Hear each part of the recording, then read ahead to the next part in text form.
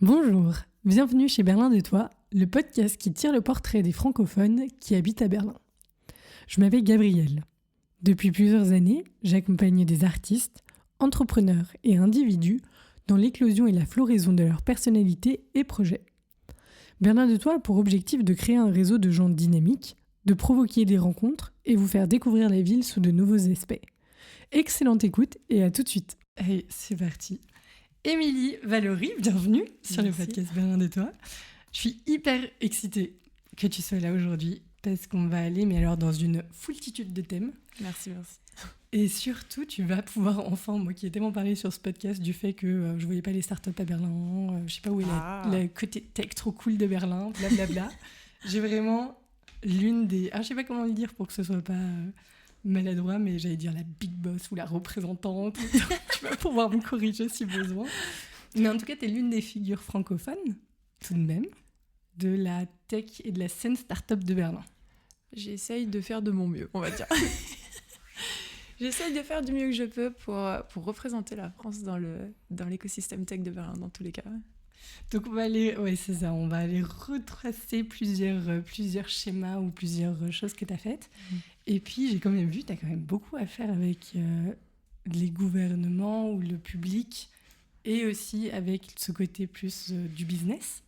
Et donc j'avais trop envie d'aller explorer tout ça et puis quelles sont à la fois toi tes positions, tes rôles, ce que tu fais et tout.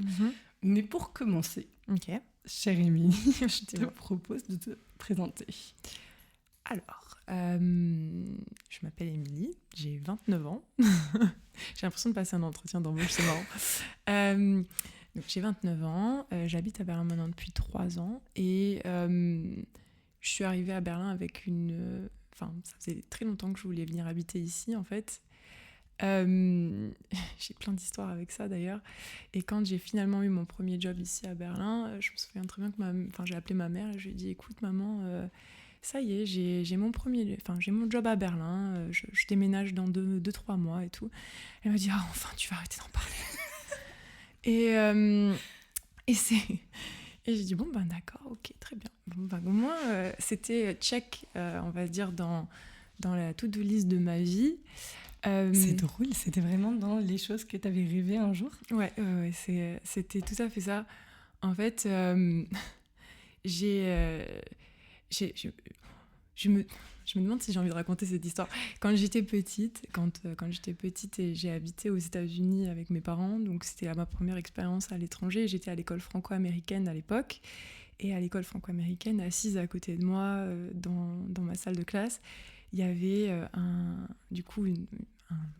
camarade de classe qui s'appelait Lucas et j'avais un énorme crush sur Lucas en fait, qui était allemand du coup et à l'école franco-américaine, va savoir pourquoi.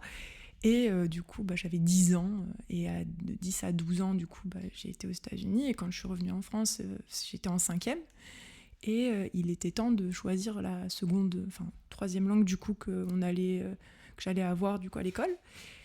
Et j'ai choisi allemand parce que du coup c'était pour rendre hommage à Lucas quoi en fait donc tout simplement.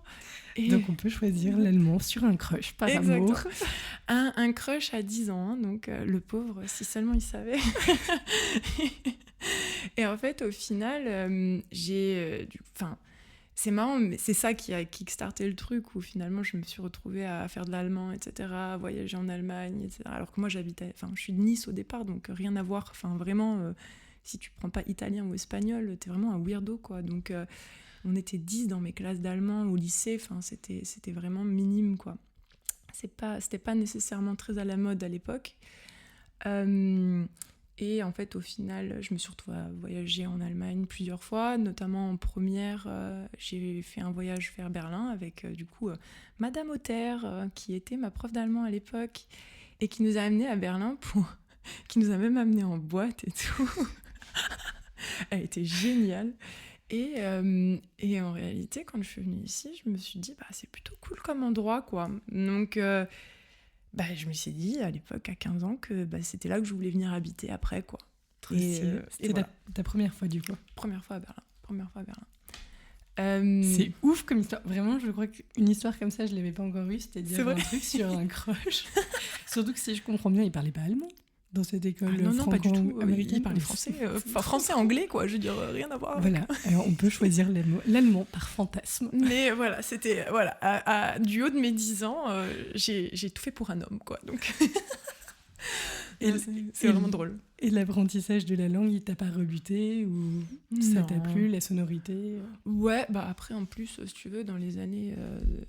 Enfin, moi, je suis née en 1995 et quand j'étais en 5e, bah, du coup, il y avait en plus Tokyo Hotel qui était au maximum de sa famousness, quoi. Et là, ça a été le double truc, quoi. C'était Lucas plus Tokyo Hotel. Mon père est venu avec moi au concert de Tokyo Hotel à Nice. J'ai cru qu'il allait me tirer dessus tellement c'était horrible pour lui, le pauvre.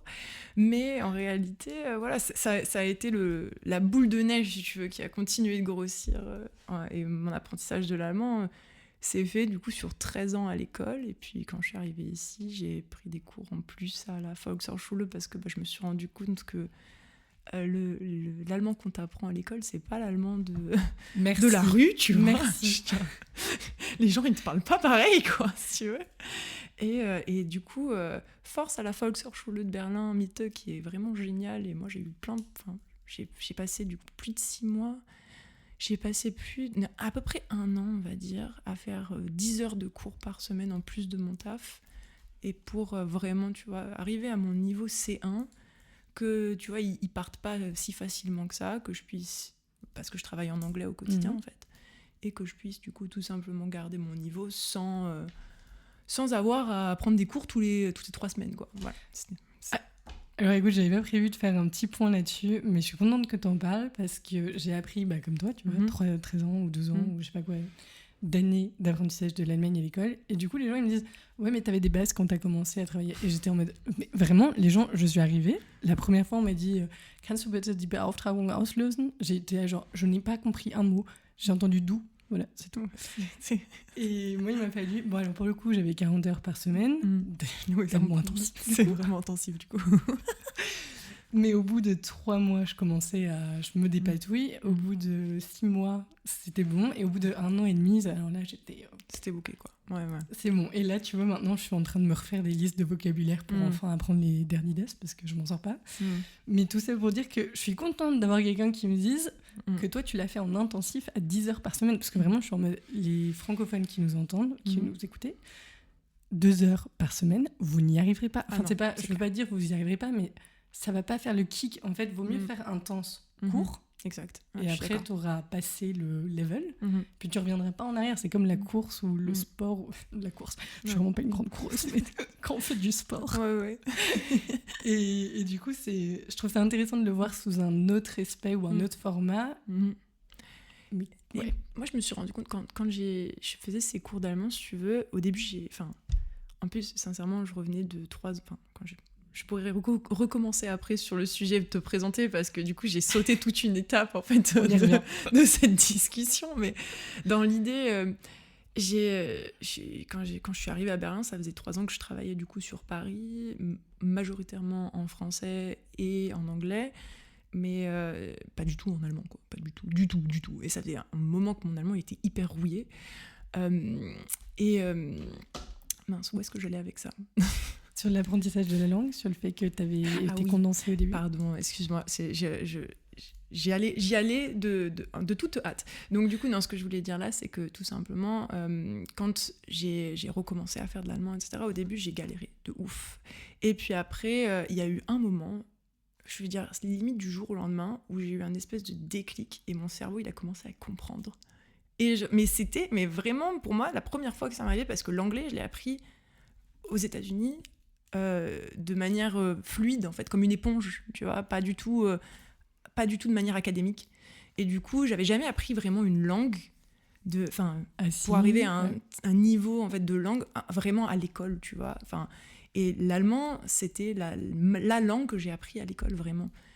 Et c'était la première fois du coup que j'avais ce déclic pour dire ok, maintenant ça y est, je peux me considérer comme fluent jusqu'à un certain niveau, tu vois, mais je peux me considérer comme fluent parce que j'ai eu ce déclic là, pas parce que j'ai appris au fur et à mesure comme une éponge et que j'ai comment dire, j'ai pris la langue et je l'ai intégrée, quoi, tu vois. C'était vraiment intéressant, j'ai trouvé, voilà. Très chouette. Bon, bah voilà, on referme la petite parenthèse. Clairement. Apprentissage de l'allemand, pardon. Et du coup, tu découvres Berlin à 15 ans. Voilà. Si tu veux, je peux recommencer de tout le début comme ça. Si t'as envie de faire un truc où tu déplaces ma présentation, je peux au début plutôt que d'après toute cette discussion. C'est toi qui vois. Tu es née où, Émilie? Donc, je suis née à Nice en 1995. J'ai du coup mes parents sont toujours à Nice.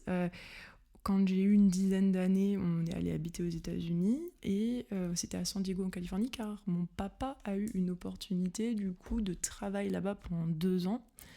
C'est un truc qui m'a déclenché,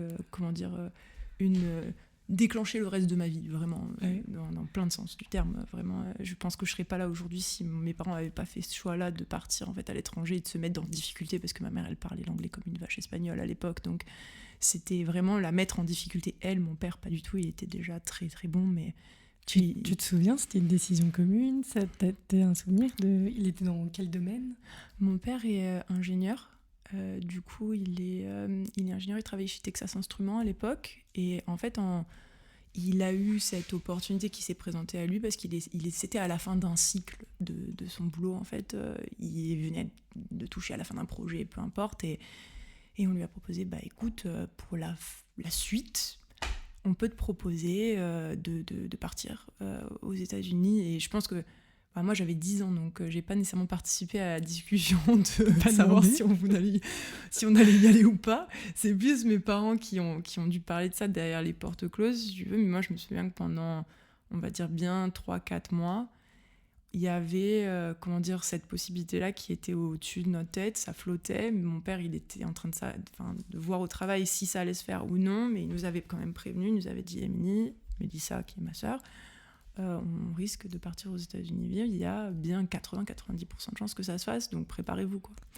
Et nous, voilà. On va manger des hot dogs, ça va être trop bien. Voilà. En fait, je pense qu'on s'est pas rendu compte. Enfin, moi, j'ai pas nécessairement l'impression de m'être vraiment rendu compte de ce que ça voulait dire. J'étais pas nécessairement super attachée à au village dans lequel j'habitais à côté de Nice, qui s'appelle Colomar, du coup. Ce n'est pas Colmar, ce n'est pas la Colmiane, c'est Colomar. On mettrait une petite carte. Voilà, c'est ça. Et en fait, on est parti et ça a changé notre vie. Enfin, je parle de moi, mais ma sœur, elle habite à Singapour là en ce moment, donc je pense que c'est à peu près la même chose. Ensuite, on est revenu, j'ai fait mon collège, lycée en France. Et alors, juste pour le retour, ça s'est fait comment? Parce que là, t'as eu... C'était dur. Ouais, ça va. Ah ouais, c'était dur. C'était super dur parce qu'en fait, t'es quelqu'un de hyper différent et tu t'en rends pas compte en fait au début. Puis moi, j'ai cru qu'en fait, les gens, ils allaient vouloir être mes copains parce que tu sais, j'étais... parce que je trouvais ça cool en fait d'avoir habité aux États-Unis, tu vois. Moi, je me dis, les gens, ils vont trop vouloir être mes potes, je vais me faire plein de potes en fait. Pas du tout. Ça a été hyper dur. Le collège, ça a été hyper dur. Le lycée, ça a été un peu moins dur parce qu'après, tu grandis et les gens, ils grandissent aussi. Donc, en fait, tu te fais moins bully, en fait, tout simplement. Et puis après, après les études, ça a été quoi. Il y a pas... Voilà. C'est juste, quand t'es au collège, le collège, c'est dur, quoi. Déjà, de base, c'est super difficile. Donc, voilà, bon. Il n'y avait pas eu la question de vous mettre dans une école américaine en France ou un truc comme ça? Non, je pense que... Mes parents, c'était pas trop leur truc, en fait, pour être honnête avec toi. Je pense que eux, tu vois, quand on est rentré en France, ils se sont dit, c'est business as usual, en fait. Ça repart comme quand c'était, avant de partir, quoi. Sauf que les pauvres, ils se sont pas rendus compte que ça allait pas être pareil, quoi. Mais je suis pas nécessairement mécontente de pas avoir fait ces sections-là américaines, etc. Dans le sens où, de toute façon, ça m'a fait m'ouvrir aussi à d'autres choses, quoi. On va dire, du coup, si j'avais fait une section américaine, j'aurais peut-être pas fait de l'allemand, tu vois, par exemple. Attends.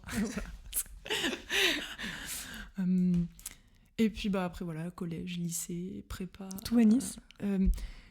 collège, quand je dis Nice, c'est alentour.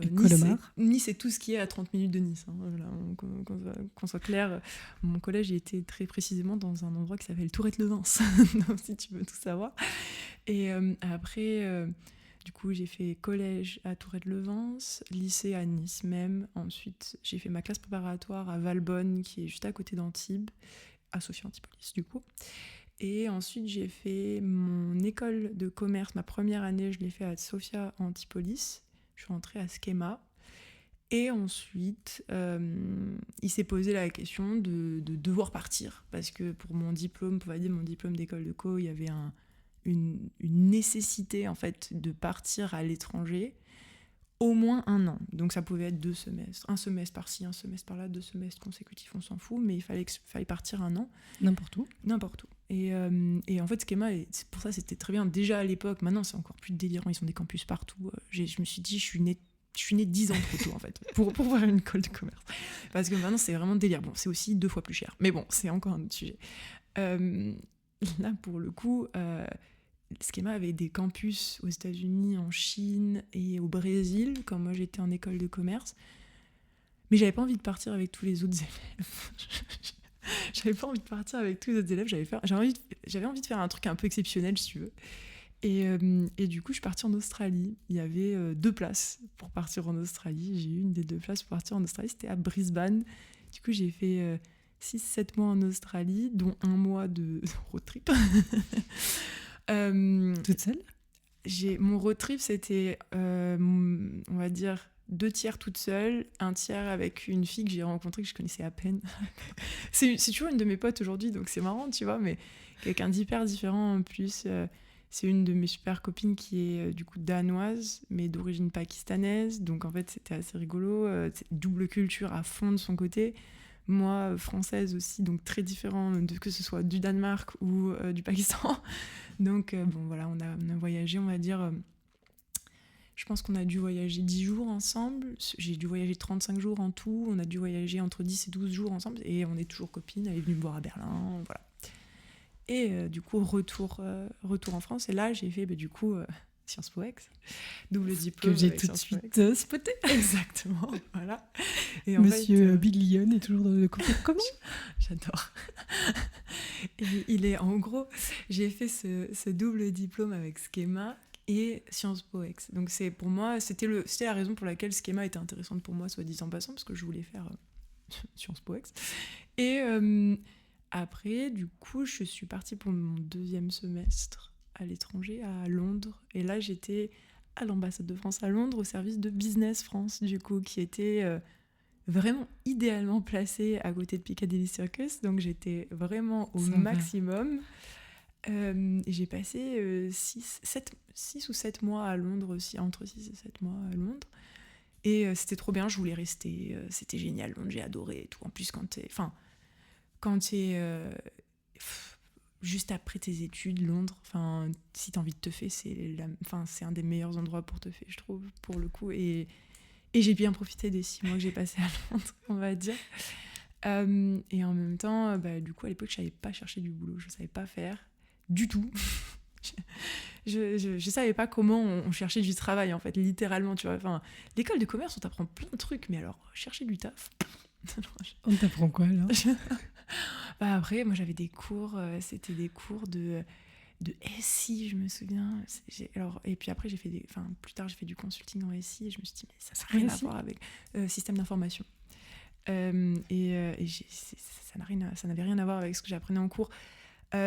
Les cours que je prenais en école de commerce, je dénigrerai pas parce que je trouve que ça m'a beaucoup apporté, notamment parce que tu fais plein de projets, tu rencontres plein de monde, tu dois bosser en équipe et tout, et puis tu dois faire en sorte de savoir manager les gens, en fait, au final. Ça t'apprend à devenir un manager, vraiment. Mais par exemple, comparé à ce que j'avais appris en classe préparatoire, qui était quand même c'était du lourd théorique, si tu veux. Il y avait vraiment du contenu théorique qui te faisait vraiment réfléchir, etc. C'était beaucoup plus pratique, on va dire, l'école de commerce, que ce que c'était théorique.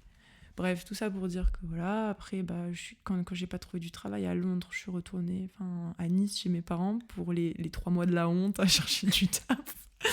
T'avais fini tes études du coup à ce moment-là ? J'avais fini mes études à ce moment-là parce que Londres c'était mon stage de fin d'études et du coup quand je suis retournée chez mes parents, je suis restée 2-3 mois chez mes parents, je pense, à l'époque, pour chercher du boulot. J'ai trouvé du boulot, mais j'ai trouvé du boulot sur Paris. Et du coup, je suis partie sur Paris, qui, quand tu viens de Nice, c'est à peine une blague de dire que Paris, c'est un autre pays, quoi. Enfin, je veux dire, tu vois, quand on me demande dans combien de pays j'ai habité et tout, je dis Australie, États-Unis, Allemagne, la France, et puis Paris, quoi, tu vois, UK, quoi. Et puis voilà, tu vois, c'est vraiment un autre monde, quoi. Mais j'avais la chance d'avoir énormément de potes à Paris qui sont encore mes potes d'ailleurs aujourd'hui, qui sont des gens absolument incroyables et avec qui du coup, il y en a quelques-uns aussi qui étaient venus du sud de la France aussi, pareil pour la même chose, opportunités professionnelles et tout. Et en fait, c'était trop bien d'habiter à Paris, j'ai adoré, mais bon, après Covid. Voilà. Et pourquoi juste Paris et pas tout de suite Berlin ?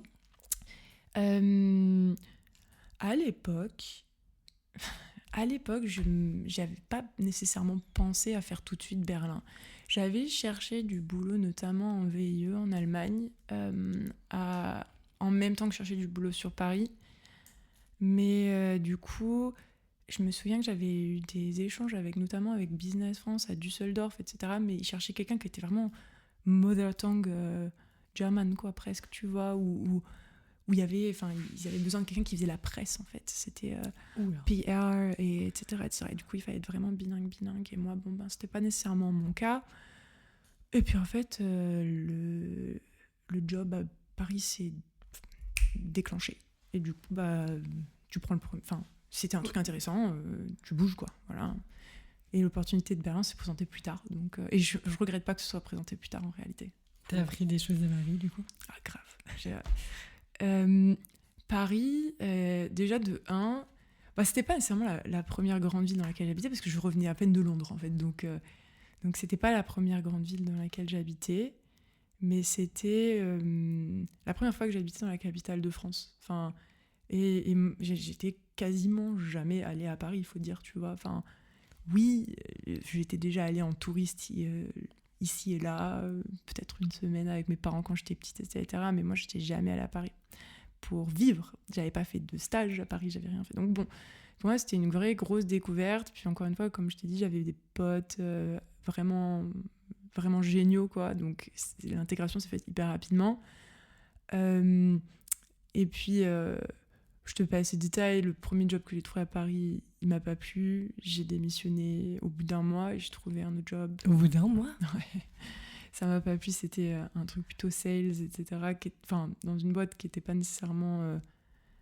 qui me plaisait pas, en fait, qui me correspondait pas. Donc, je trouve ça hyper courageux de démissionner vite. Tu vois ce que je veux dire ? En fait, pour le coup, j'étais malheureuse, quoi. Ouais, bon, ouais. C'était une situation de panique. Ça me plaisait pas, quoi, en fait. Vraiment, tu vois. C'est vrai, on m'a déjà dit ça quand j'en parlais, notamment parce que j'en ai parlé avec mon ancien manager de l'époque, si tu veux, à qui j'ai dû donner ma démission, et avec qui, du coup... il habite à Berlin aussi, et du coup on en avait reparlé, et il m'avait dit pareil, j'avais trouvé ça hyper courageux que tu me dises comme ça direct, écoute, ça me plaît pas, je me casse, quoi. Et en fait moi je m'étais pas rendu compte que c'était courageux, de toute façon. J'ai retrouvé un taf direct derrière, un truc qui me correspondait vachement mieux. Je suis restée 18 mois, 20 mois dans le taf en question, qui était un travail de consultante, du coup, dans le secteur public. J'étais au ministère de la Justice à l'époque, et je m'occupais du coup d'un projet du coup de système d'information pour le ministère de la Justice. C'était hyper intéressant, hyper challengeant aussi, parce qu'en fait c'était effectif mon premier job, parce que si on saute de 1 mois dans un job qui me plaisait pas, c'était effectif mon premier job, et en gros il fallait que je voyage partout. C'était quand même relativement senior en fait comme position, même si c'était pas regardé comme tel, mais avec un peu de recul, c'était très autonomisant en fait comme boulot. Et du coup, consultante en management, réorganisation dans le secteur public pendant 1 an et demi. Et quand le Covid est arrivé, le secteur public, je pense que j'apprends rien à personne si je dis qu'ils n'étaient pas prêts pour le Covid, quoi. Quand je dis que, voilà, nous, au ministère de la Justice, nos PC, c'était encore des PC fixes, quoi, tu vois. Donc, il n'y a pas eu de home office? Ah non, c'était... en fait... c'était obligé parce que c'était le premier, c'était la première vague de Covid, donc à partir de là, si tu veux, on a eu obligation de tous rester chez nous. C'était chômage technique, mais sauf qu'en fait, le ministère de la Justice, ils n'avaient pas de PC, ils n'avaient pas assez de PC pour tout le monde, mais ils ont réussi à trouver 2 PC pour les confier aux consultants du coup pour Émilie. Tu as tout deviné, voilà. En fait, on m'a regardé, on m'a dit... Elle travaille pas trop mal. Tu travailles exactement, genre tu travailles pas trop mal et puis en plus tu prends les trucs un peu au sérieux, donc tiens, voilà. Et on était 2 consultants à avoir été, upgradés. Voilà, upgradés, mais vraiment c'était upgradé pour bosser pour 7,5 de tes collègues quand même, hein, parce qu'on était une équipe de 15, tu vois, donc et tu bossais pour 7-8 collègues, quoi, avec cet autre consultant. On était tous les 2, on n'en pouvait plus, on était vraiment sous l'eau à l'époque. Et moi, en plus, alors lui, il avait eu un PC tout neuf et tout, donc c'était super cool. Moi, j'avais eu un vieux IBM des années 90 qui traînait au fond d'un tiroir au ministère de la Justice. Comment t'expliquer que c'était pas pareil, quoi. Okay. Voilà. T'es upgradée, mais t'es quand même nouvelle. Voilà, c'est ça, donc tu te calmes, quoi. Voilà. Donc tu te retrouves à cette situation de Covid, tu te confines chez tes parents, tu rentres à Nice? Non, tu restes à Paris? Jamais de la vie. J'adore mes parents, j'adore là où ils habitent, etc. Mais le jour où Emmanuel Macron a fait son discours, ma mère, mon père m'appellent juste après le discours en panique et ils me disent « Il faut absolument que tu rentres. C'est super grave ce qui est en train de se passer. » Objectivement, c'était inquiétant, tu vois, mais ils étaient tellement paniqués et tu prends la voiture demain matin, 4h du mat, et tu viens à Nice. Et moi, j'étais là, je dis « C'est mort !» C'est mort. Quand j'ai entendu ça, j'ai entendu à quel point ça les paniquait. Et moi, en fait, je savais que si je déconfinais avec eux, Macron, il avait dit 3 semaines, mais on savait très bien que ça allait pas durer 3 semaines. Ouais. Ça faisait déjà 3 mois que ça durait en Chine ou quelque chose comme ça, tu vois. Donc moi, j'ai voulu rester dans mon 23 mètres carrés parisien à l'époque, du coup. Et je me souviens que mes parents, j'aurais dit, bah non, écoutez, je vais rester à Paris, du coup, je pense. Et ma sœur est rentrée avec eux, du coup, donc eux, ils se sont confinés avec ma sœur, mais moi, je suis restée sur la région parisienne, du coup. Et à ce moment-là, tu commences à rêver de Berlin, où les gens ont le droit de se balader dans la rue. Déjà, je commence à rêver de... Enfin, vu que le ministère n'était pas prêt du tout pour tout ce qui était travail à la maison, même... C'était pas facile, en fait, de bosser pour le ministère de base, parce que bosser avec le service public, c'est déjà pas facile des fois, si tu veux, mais... Là, en plus, qu'on était dans des conditions vraiment pas très bonnes, tout le monde était dans des conditions pas très bonnes, y compris les personnes qui travaillaient au ministère de la Justice en tant qu'employés du ministère de la Justice. Mais je veux dire, c'était quand même assez compliqué et tout. Et du coup, j'ai commencé à rêver d'autre chose, en fait, à l'époque. J'ai commencé à rêver d'autre chose. J'avais un balcon à Paris, je regardais par la fenêtre, je me disais... Et puis, on applaudissait à 20h parce que c'était l'heure pour applaudir les soignants et tout, bref. Et du coup, j'ai commencé à regarder un peu ce qui se passait ailleurs et j'ai notamment commencé à passer des entretiens et réussi à, du coup, passer le passage recrutement avec Vinci, enfin c'est le Innovation Arm de Vinci, donc c'est la business unit d'innovation de Vinci. Je saurais pas trop plus trop comment le détailler maintenant et l'expliquer maintenant. Comment ils appelaient ça? C'était C'était le développement dans l'innovation. On a qu'à appeler ça le service d'innovation du groupe Vinci, du coup, et ça s'appelle Léonard. Et en gros, à l'époque, du coup, j'ai été prise pour déployer et introduire Léonard sur la région germanophone, donc à Berlin, avec une base à Berlin, du coup, et je voyageais beaucoup. Mais trop cool. Donc c'était plutôt cool. Ouais, c'était en gros déployer tout ce qui était le service d'innovation de Vinci sur toute la région germanophone. Comment tu les convaincs de te prendre? Je me suis posé cette question à de multiples reprises. Bonjour, alors vous êtes consultante, ça fait 18 mois que vous travaillez. Tenez les clés, voilà, on vous donne, c'est ça. et puis vous allez développer l'Allemagne. Ou alors c'est vraiment... Exactement. On ne sait pas comment ça marche. Ouais. Vous avez l'air motivé, allez-y. Ouais. Je pense qu'il y avait beaucoup de trucs. C'était un poste qui était en VIE parce que du coup, à l'époque, ils avaient... Mais sincèrement, entre nous tous qui nous écoutons là maintenant, ils auraient eu besoin de prendre quelqu'un qui était beaucoup plus senior que moi, en fait, parce que pour les attentes qu'ils avaient, en fait, finalement, de littéralement déployer tout un service d'innovation pour le groupe Vinci, qui est un des plus gros groupes du monde, si ce n'est le plus gros groupe de construction au monde, 260 000 employés à travers 110 pays. Et ils m'ont dit, bah écoute, tiens, hop, on t'envoie en Allemagne et puis tu nous déploieras Léonard là-bas. Et du coup, bon, c'était hyper intéressant. J'ai fait plein de choses et je pense que, tu vois... Force à eux. Hein. Moi, je trouve ça trop chouette pour les gens qui ont envie de leur laisser essayer. Tu vois ce que je veux dire? Ah oui, ouais. Plutôt que, tiens, non, par contre, tu fais pas plus que ça. Et si tu proposes des idées, ah non, c'est mort. Ouais.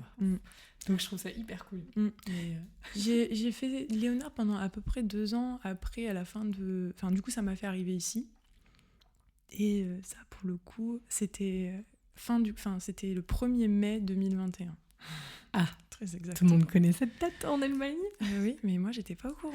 Donc, moi, je connaissais le 1er mai à la française. Et de mémoire, c'est quand même pas aussi hardcore qu'en Allemagne. Donc, quand je suis arrivée ici, et puis que j'ai été confinée pendant 14... Enfin, non, c'était 7 jours à l'époque encore, parce que c'était la fin du Covid, donc c'était 7 jours de confinement dans un appart-hôtel. C'est vrai, je m'en souviens, ouais. Ah, tu te souviens de ça? C'était délirant, non? Attends, mais quand je suis arrivée à Berlin, il y a eu ce moment où j'avais pris un appart-hôtel avant de venir, et puis... T'arrives, en plus j'avais pas de masque FFP2, moi j'avais que des masques normaux, tu sais, les masques à la France. Enfin, je me suis fait engueuler dans le train. Limite, tu vois. Je me suis fait engueuler par le mec dans le train, enfin le contrôleur dans le train qui me dit, mais vous avez besoin d'un masque FFP2? Et moi je dis, mais qu'est-ce que je veux? Enfin, je savais pas, je suis désolée. T'avais personne qui avait encore développé un petit business de vente FFP2 dans les trains? Non, pas encore. C'était pas encore le cas, tu vois. Et c'est ma faute, j'aurais peut-être dû me renseigner plus que ça, mais pour moi, bon voilà, quand je suis arrivée, je suis arrivée dans mon appart-hôtel, je me suis posée, je me suis dit waouh, maintenant qu'est-ce que je fais, tu vois? Tu connaissais personne? Ah non, je connaissais personne. je connaissais personne. J'avais laissé mon mec de l'époque qui habitait toujours à Paris. Du coup, j'ai déménagé vraiment toute seule, quoi. Et c'était pas... Enfin, en plus, mon mec de l'époque m'avait amené à Orly pour prendre l'avion. Et il n'avait pas le droit de venir vraiment avec moi dans le terminal. Et c'était déchirant, quoi, si tu veux, tu vois. Tu te dis, mais... Mon Dieu, mais en fait, qu'est-ce que je suis en train de faire, quoi, de partir toute seule comme ça? Bon, après, c'est l'Allemagne, c'est pas Tombouctou, mais quand même, tu vois. Bon... Et que j'ai bossé du coup 2 ans chez Léonard. J'ai trouvé un appartement tout de suite. Pour tous ceux qui se posent la question, j'ai trouvé un appartement tout de suite à Berlin. Mais je pense que dans mon entourage, je suis la seule personne qui a trouvé un appartement tout de suite. L'appart dans lequel je suis, c'est c'est le premier appart que j'ai visité à Berlin. Il est à côté de Rosenthaler Platz et j'ai plus bougé, quoi. J'ai posé mes valises et j'ai plus bougé de cet appart. Bon contrat. Si t'as 20, je peux faire je te jette un coup d'œil dessus si tu veux.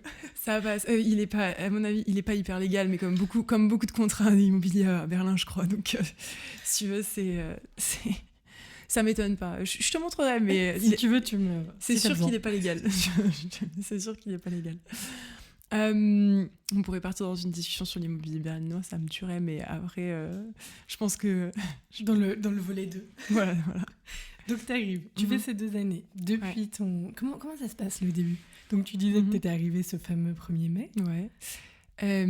Surtout à Rosenthaler Platz. Ouais, en fait, je t'ai dit que je connaissais personne à Berlin, c'est faux. Je connaissais une personne qui était le frère de mon copain de l'époque. Donc, du coup, c'est lui qui m'a montré 2-3 trucs quand je suis arrivée. C'est lui qui m'a apporté de la bouffe quand je suis arrivée, parce que j'avais pas le droit de sortir. Et moi, en fait, je savais qu'on était confinés, si tu veux, mais dans ma tête, déjà, j'allais pouvoir commander sur des trucs comme Gorillaz, par exemple, sauf que Gorillaz, à l'époque, il ne livrait qu'à l'intérieur du ring, et moi, j'étais 10 mètres à l'extérieur du ring. Mais littéralement, j'avais le ring qui passait devant l'appart d'hôtel à Stockower Strasse. Et j'étais là, je me disais, mais c'est pas possible, je vais me tirer une balle. Du coup, j'avais littéralement rien à manger. Et quand même, dans ma grande sagesse, quand j'ai déménagé, le jour où j'ai déménagé, j'ai pris un paquet de pâtes, tu vois, mais un paquet de pâtes, et je l'ai mis dans ma valise. Je me suis dit, au cas où. J'ai mangé une pâte après l'autre, je les ai savourées. Tu peux pas savoir. Quand je suis arrivée le soir à Berlin et que je me suis rendu compte que, même si je voulais sortir, même si je pouvais sortir et aller m'acheter des groceries ou de quoi manger, tout était fermé, parce que c'était le 1er mai, voilà, c'est tout, point barre. Gorillaz ne livrait pas, et j'étais là, je me dis, et il n'y avait rien qui livrait, c'était le 1er mai, quoi. Je me suis dit, mais je vais mourir de faim. Et en fait, j'avais mon paquet de pâtes qui a servi son utilité, qui était là, et je me suis dit, tu sais quoi, Émilie, tu fais bien de te faire confiance des fois, parce que c'est à ça que ça sert. J'ai mangé des pâtes aux pâtes ce soir-là, mais c'était très bon, voilà. C'était mieux que rien du tout, c'est vrai. Dire. Ça marche. Donc tu arrives à Berlin, ce fameux 1er 21 mai.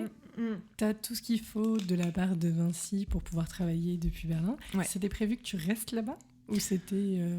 tu étais là 3 mois et puis après tu vas dans une autre ville ou... Non, c'était prévu que je sois basée à Berlin, mais que je fasse des allers-retours entre Paris, Berlin, Munich et éventuellement Vienne, mais finalement ça s'est jamais fait. Francfort aussi. Voilà. Paris, Berlin, Munich, Francfort. Aucun partenaire de Vinci en Allemagne, t'es la seule.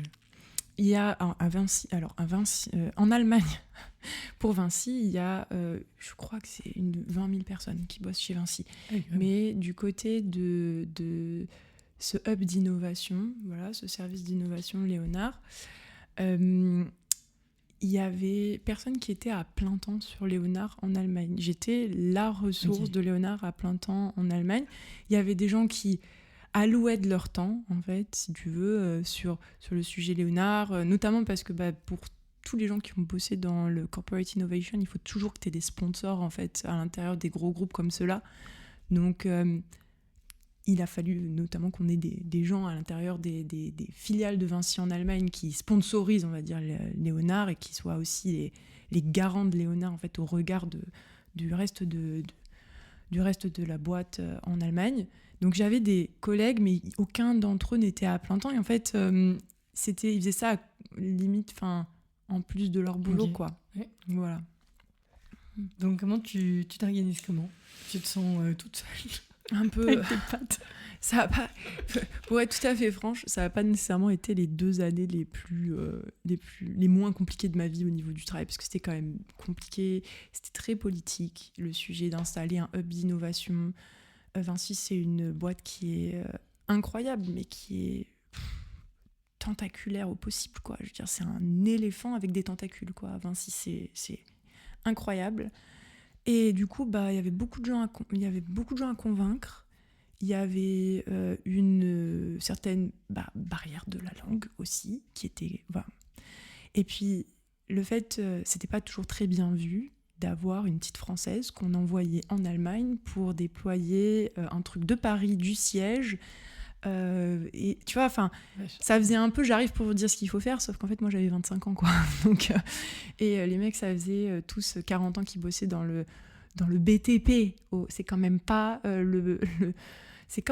le secteur le plus ouvert d'esprit de la planète non plus, quoi, tu vois. Donc voilà, c'était pas nécessairement facile tous les jours, mais ça m'a beaucoup appris. J'ai commencé à bosser avec des startups, j'ai commencé à bosser aussi avec de l'intrapreneuriat, donc c'est-à-dire de l'entrepreneuriat à l'intérieur de boîtes, donc c'est-à-dire chez Vinci, mais aussi dans plein d'autres groupes. L'idée en fait de l'intrapreneuriat, c'est toi, moi, on est employé du groupe, on a une idée qu'on veut déployer, qu'on pense pourrait être un nouveau produit, un nouveau service, quelque chose qui serait une belle addition à ce qui est déjà proposé par la boîte.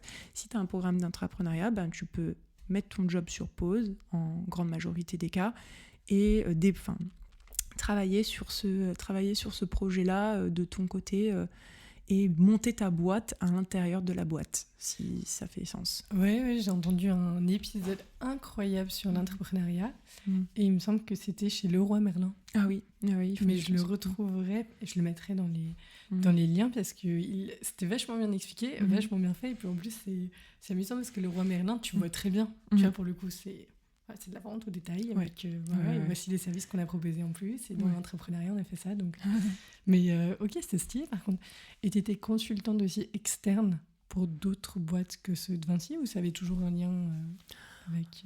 En fait, j'ai bossé avec des boîtes externes, mais parce qu'en fait, Léonard avait plusieurs types.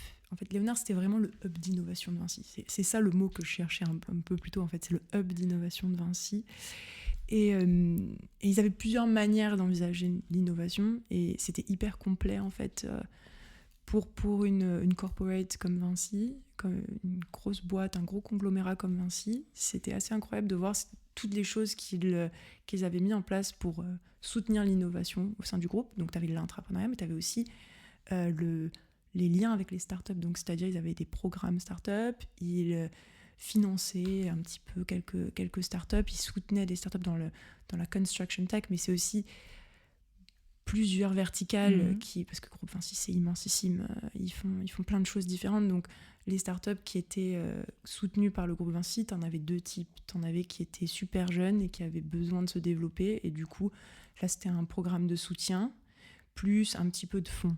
Voilà. Donc ça, c'était le programme pour vraiment les startups en early stage. Et ensuite, t'avais les startups un peu plus âgées. Et là, qui avaient déjà un produit qui roulait, qui avaient déjà des clients, etc. et qui avaient besoin en fait de rentrer en contact avec Vinci parce qu'ils pouvaient leur vendre des trucs qui étaient intéressants pour le groupe Vinci.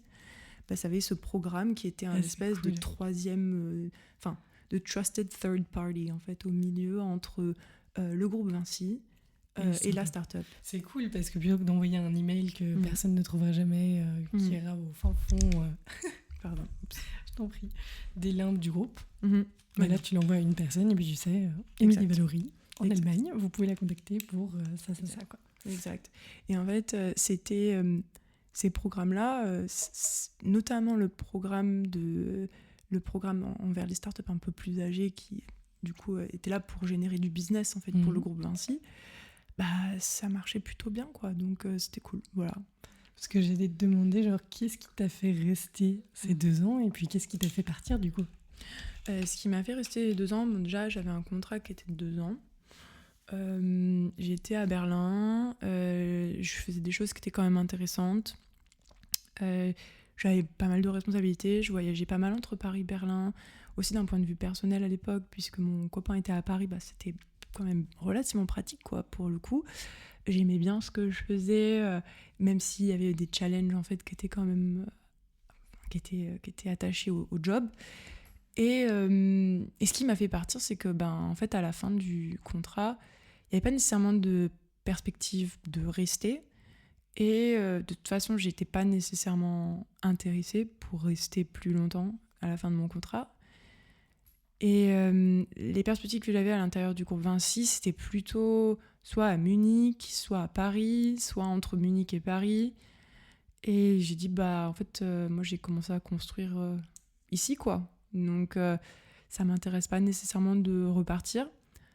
Du coup, j'ai trouvé du boulot ici et je suis rentrée chez Techstars, qui est l'investisseur précis le plus actif au monde, qui est du coup un des VC, un des accélérateurs les plus connus au monde.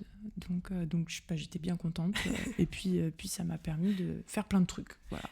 Tu vas nous raconter ça, mais alors juste avant, comment est-ce que tu as apprivoisé Berlin ? Comment ça s'est passé ces premières années ? Comment est-ce que tu as eu des problématiques ou des questionnements de rencontrer des personnes, de créer des amitiés, de faire du sport ? Comment ça s'est passé ? Très bonne question. En fait, quand je suis arrivée, c'était la fin du Covid et c'était super dur de rencontrer des gens. Les gens n'étaient pas très intéressés de rentrer en contact avec de nouvelles personnes, en fait. Tout le monde avait peur, et puis bon, fair enough, quoi, tu vois. Il n'y avait pas d'événements professionnels, ou peu. Il y avait les groupes, on va dire pro, networking, etc., étaient quand même relativement fermés à l'époque. Et puis, quand je suis arrivée, de base, vous allez tous comprendre, les Biergarten étaient tous fermés. Voilà. Donc, la vie sociale de Berlin, on va dire, entre le mois de mai où je suis arrivée et le mois de septembre ou le mois d'octobre, qui se passe beaucoup, en fait, autour des Biergarten aussi, ou en extérieur ou dans les parcs, etc., bah, je faisais pas, quoi, tout simplement. Donc, ça a été super dur. En plus, je voyageais beaucoup pour le boulot, donc c'était pas idéal. Je me suis fait... et puis, je me suis rendu compte d'un truc quand j'ai commencé à essayer de me chercher des groupes de potes. C'était pas facile pour moi, parce que je t'en parlais un peu avant qu'on commence, en fait, l'enregistrement, mais je me considère comme le package de base de l'humain, en fait. Si tu veux. Donc, tu tapes Basic White Woman sur Google, tu vas certainement tomber sur quelque chose qui me ressemble beaucoup. J'ai pas nécessairement de hobby un peu foufou, j'ai pas nécessairement de... Sans dire que je suis boring non plus, tu vois, mais je fais pas de trucs de folie, je suis pas nécessairement hyper fan, par exemple, de techno ou de choses comme ça. Et du coup, trouver des groupes de gens d'intérêt communs, c'était un peu compliqué, parce que moi, mon intérêt commun quand je suis arrivée, c'était de me remettre à niveau avec l'allemand, en fait. Donc, je me suis fait quelques potes par ce biais-là, en fait. Pour le coup, vraiment, ça, c'était génial. J'ai une de mes super copines qui est encore, du coup, de cette époque-là. Et mon autre truc, c'est que j'étais en VIE, donc du coup, j'ai rencontré d'autres VIE, quoi. Voilà, c'était... Mais d'un point de vue... pour commencer à vraiment m'intégrer dans l'écosystème berlinois, notamment l'écosystème de boulot aussi, tech, c'est quand j'ai eu l'opportunité d'introduction en introduction, de rencontrer certaines personnes qui m'ont ouvert des portes. J'ai une histoire un peu rigolote du coup avec ça, mais comme j'étais vraiment en galère pour trouver ne serait-ce que, tu vois, des gens avec qui vraiment me socialiser à l'époque. S'il vous plaît. Et je travaillais, en fait, je travaillais fully remote, en fait. Donc, tu vois, je veux dire... Tu croises personne, ouais. Ouais, ça peut être super lonely, quoi, au bout d'un moment. Je veux dire, ça peut être... Tu n'allais pas dans un coworking, c'est pas des choses comme ça? Au bout d'un moment, j'ai commencé à faire ça. J'ai commencé à faire... J'ai pris plein d'étapes différentes. J'ai fait plein de trucs différents pour essayer de sortir de ce truc-là, parce que sinon, t'as beau être à Berlin, si tu connais personne, c'est chiant, quoi. Voilà, c'est tout.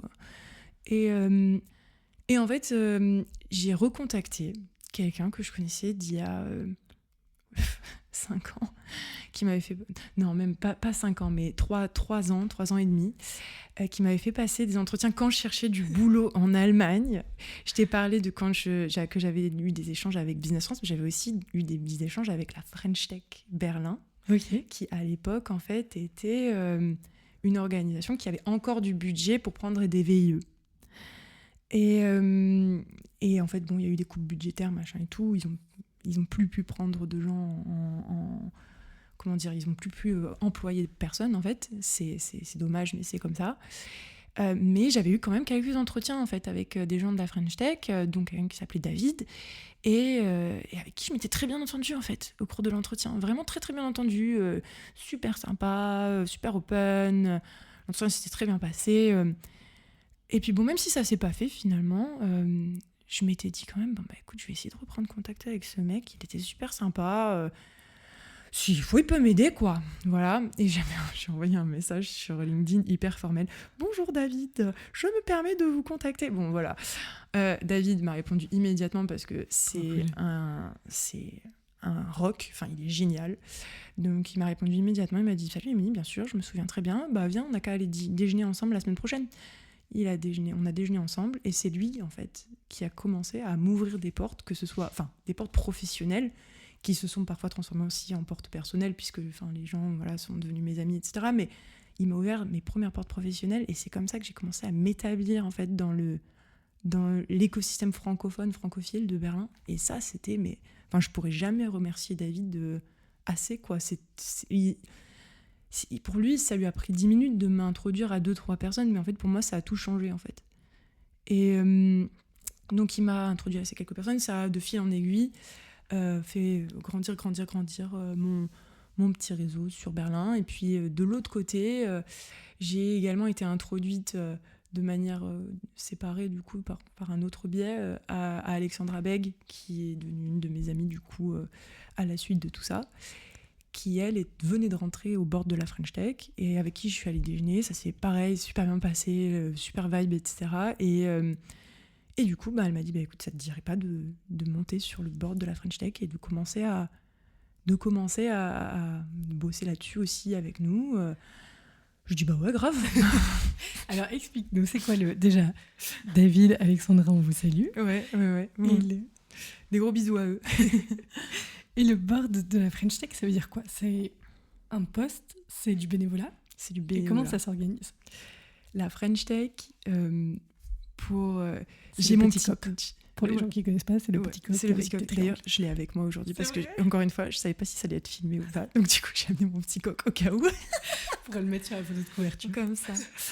En réalité, alors la French Tech, j'ai mon petit pitch préparé en fait pour expliquer ce que c'est que la French Tech, parce que c'est pas évident de comprendre si on fait pas partie du milieu de la tech. La French Tech, c'est quelque chose qui a été fondé, donc c'est une marque qui a été fondée par Emmanuel Macron il y a une dizaine d'années maintenant. L'idée pour Macron à l'époque était du coup ministre de l'économie, c'était de donner une identité au secteur de la tech en France. Donc en France, on a plein d'écoles d'ingénieurs, plein d'écoles de business, on est quand même super bon, on monte des belles boîtes, etc. Mais il n'y avait aucune identité qui était donnée au secteur de la tech en France. Et surtout, les gens qui bossent dans la tech n'avaient nulle part où se rencontrer en fait. Enfin, il n'y avait pas nécessairement de plateforme pour que les gens puissent se rencontrer, etc. aussi dans le milieu de la tech. Donc en fait, Macron, il a fondé cette marque-là, il a commencé à donner la labellisation de la French Tech un peu à droite à gauche à des communautés en France, donc Paris, Marseille, Bordeaux, enfin voilà, il y en a plein en France, du coup des communautés French Tech, et puis ils se sont quand même rendus compte que des Français qui bossent dans la tech, il y en a beaucoup à l'étranger, quoi. Il y en a beaucoup à l'étranger, donc ils ont commencé aussi à donner cette labellisation, du coup, à droite à gauche à des capitales, surtout des capitales ou des villes, du coup, en Europe, aux États-Unis, à travers le monde. Aujourd'hui, il y a plus d'une centaine de communautés qui sont labellisées French Tech, plus d'une centaine de villes. Et en Allemagne, notamment, on a Berlin, du coup, depuis 2016, si ma mémoire est bonne. Mais il y a aussi Munich depuis 2021, si ma mémoire est bonne, et Düsseldorf depuis 2023. Si je me suis trompée, ne m'en voulez pas. Nous regarderons. Mettre une note. Et du coup, dans l'idée, la French Tech en soi, c'est une plateforme, quoi. Voilà, c'est une plateforme, c'est une marque. Et j'ai mentionné, mais il y a eu un moment donné où la French Tech avait un budget pour faire embaucher des gens qui étaient en charge d'animer, si tu veux, l'écosystème dans certains hubs de prédilection, dont Berlin. Sauf qu'en fait, il y a eu des coupes budgétaires en 2018-2019 et il n'y a plus de budget, en fait. Et malgré les coupes budgétaires, la communauté continue d'exister en disant on cherche des gens qui seraient actifs pour l'animer. Vous avez des guides, vous avez un manuel, vous avez des choses à faire. En fait, la manière dont ça se passe du coup maintenant, c'est que c'est un board de personnes qui sont... c'est un board de personnes qui sont des pros, quoi, qui font ça de manière complètement bénévole, à côté de leur boulot, et qui font ça pour la beauté de la chose, quoi, à peu de choses près, parce que sincèrement, ça prend énormément de temps de s'occuper de la French Tech, mais c'est hyper satisfaisant, parce qu'après, derrière, mon point de vue, dans tous les cas, c'est qu'aujourd'hui, sur Berlin, c'est si ce n'est la communauté francophone de Berlin qui est la plus active, on va dire. Dans tous les cas, la manière dont fonctionne la French Tech en règle générale, déjà pour te faire labelliser, tu as tout un processus, tu sais comment ça se passe au niveau de l'État français. Il te faut un super report avec plein de trucs, etc. Donc tu as quand même besoin de te faire... Enfin, c'est sélectif, on va dire, pour se faire labelliser. Tu te fais labelliser tous les 3 ou 5 ans, je sais plus. Et en fait, quand tu as ton label, plus ou moins, les communautés font un peu ce qu'elles veulent, sachent qu'elles peuvent. Après, il y a des guidelines, on va dire, un peu comme TEDx, quoi, si tu veux. Donc, tu sais plus ou moins ce que tu peux pas faire, voilà. Mais chaque communauté fait ce qu'elle peut et ce qu'elle veut, puisque c'est du travail purement volontaire. Donc, nous, ici à Berlin, la manière dont ça s'est passé, c'est qu'après le Covid et durant le Covid, il n'y avait rien. qui se faisait. Enfin, c'est pas spécifique à la French Tech. Hein. Enfin, toutes les communautés étaient mortes au cours du Covid, quoi. Et quand je suis montée au bord de la French Tech, il y avait pas grand-chose qui se passait. Peut-être 1 ou 2 événements en ligne ici et là, etc. Mais il y avait plus rien qui rapprochait en fait la French Tech.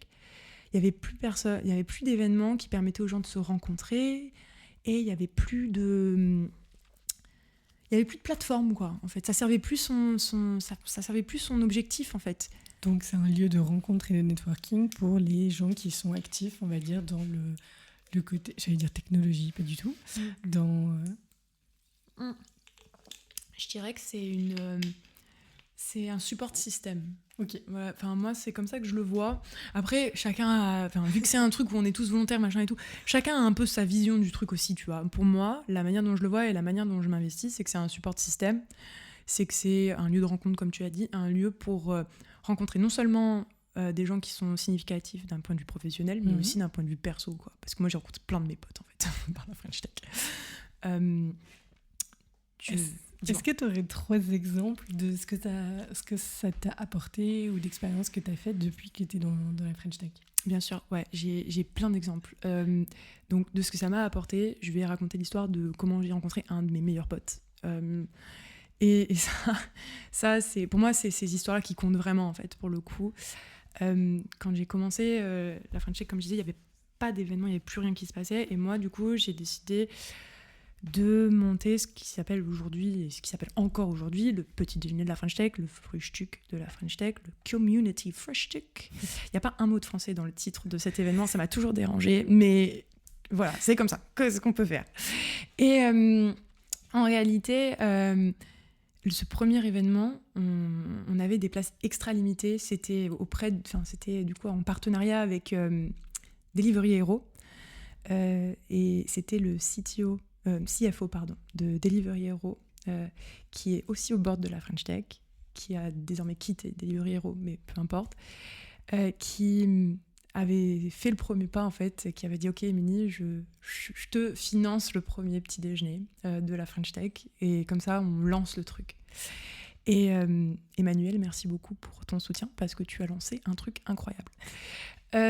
Du coup, à partir de là, on avait des places extra limitées parce qu'il y avait 30 places, pas plus, pas moins, et c'était un peu difficile de jauger, etc. Donc en fait, on s'est rendu compte qu'il y avait énormément de monde qui s'était inscrit, beaucoup plus que 30, et du coup, on avait 2 petits déjeuners qui couraient en même temps. On avait chez Delivery Hero, où il y avait une 30aine de personnes, et enfin, en réalité, il y en avait un peu moins que ça, et chez du coup Thomas Startup Lawyer, où il y avait une 10aine de personnes aussi, qui étaient les surplus qu'on n'avait pas pu casser chez Delivery Hero, quoi, si tu veux.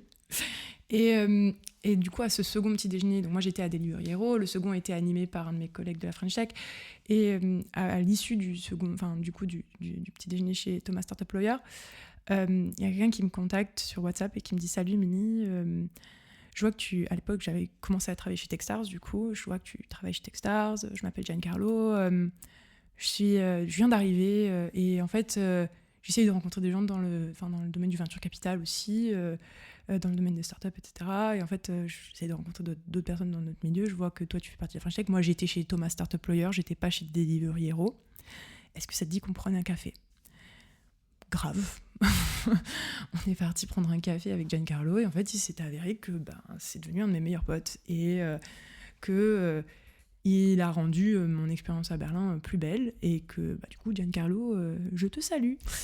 Et en réalité, si tu veux, ça a été... Enfin, ça, ce que m'a apporté la French Tech, vraiment, c'est la possibilité de rencontrer des gens absolument incroyables, qui autrement, j'aurais eu des difficultés à rencontrer ces gens, tu vois. Enfin, s'il n'était pas venu à ce petit déjeuner chez Thomas Startup Lawyer, et qu'il n'avait pas vu qu'il y en avait 2 qui couraient en même temps, etc. Enfin, ce mec-là, je l'aurais pas nécessairement rencontré, on ne faisait pas partie des mêmes cercles, tu vois.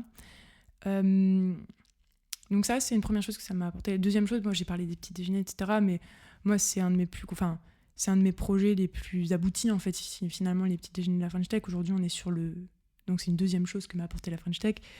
On est sur le 22e épisode. Solide. La 22e édition du petit déjeuner de la French Tech. La prochaine fois avec Hubraum et Reactor Berlin. Voilà, bon. C'est vraiment génial. Et en fait, à chaque fois, les petits déjeuners se font en partenariat avec une entité, une organisation externe, parce que ce que j'ai peut-être pas dit par avance, c'est que la French Tech n'a pas de budget. Ça, tu l'as dit. Mais ça s'organise comment ? Comme tu dis, c'est un système où les gens postulent pour inviter la French Tech. C'est toi qui les contactes ? Ça se passe comment ? En fait, jusqu'à présent, ça s'est fait parce qu'on rencontre des gens qui nous disent « Ouais, je pourrais faire ça aussi chez moi, ouais, ça a l'air cool et tout ». Au début, c'était dur, parce qu'au début, mais merci Emmanuel, encore une fois, parce qu'il a ouvert, en fait, si tu veux, la valve qui avait qu'en fait, derrière, on a eu d'autres personnes qui ont dit « Oh, bah, moi aussi, je peux faire ça, je peux faire ça, je peux faire ça ». Et aujourd'hui, j'ai plus de problème pour trouver des partenaires parce qu'en fait, c'est un truc qui est hyper ancré, en fait, dans la communauté de la French Tech. C'est un des événements de networking où il y a toujours minimum 50 personnes, quand il y a quelqu'un qui te dit bah écoute, ok, on fait un événement de networking chez toi, jeudi matin quand il n'y a rien qui se passe, et je t'amène 50 personnes plus. Des fois, ça m'est arrivé d'avoir 120 personnes dans la salle pour un petit déj de la French Tech, en fait. Un jeudi matin random, quoi, tu vois. Donc les boîtes sont intéressées forcément de avoir de rentrer en contact aussi facilement, avec des frais aussi minimes, et une communauté qui, vu que c'est des boîtes qui sont la plupart du temps franco-allemandes ou qui ont un aspect francophile en fait quelque part, qui sont intéressés de rentrer en contact avec la communauté des Français francophones et francophiles de l'étranger, qui est la French Tech. C'est tellement cool. Et les gens qui veulent venir, ils sont avertis comment ? Vous avez quoi ? Des réseaux sociaux, une newsletter ? Vous êtes figuré dans FOMO Berlin ? Comment ça se passe ? All of the above. All of the above. Donc, on a des réseaux sociaux, notamment LinkedIn. Donc, à chaque fois que je monte un nouveau petit déjeuner, c'est sur LinkedIn, direct. Et c'est en fait un truc maintenant qui est assez régulier. Les gens, ils voient sur LinkedIn, boum, ils s'enregistrent. Il y a aussi une newsletter que moi, j'envoie du coup à notre base, en fait, à notre communauté. Et du coup, ça aussi, ça fait venir pas mal de gens. Mais FOMO Berlin également, parce que du coup, souvent, on est featured dans FOMO Berlin, parce que c'est un événement, encore une fois, qui dure depuis un bail déjà, et qui, en plus, est qualitatif, en fait, sans vouloir me taper sur l'épaule, mais bon, voilà. Et en fait, il y a un moyen qui, aujourd'hui, marche super bien aussi pour amener des gens, aussi des nouvelles personnes, c'est que les partenaires avec lesquels je collabore en fait sur ces petits déjeuners-là, maintenant que c'est un événement qui est on the map, ils sont super chauds pour les promouvoir aussi en fait. Donc ils promeuvent, et il y a aussi leur communauté qui se joint à notre communauté.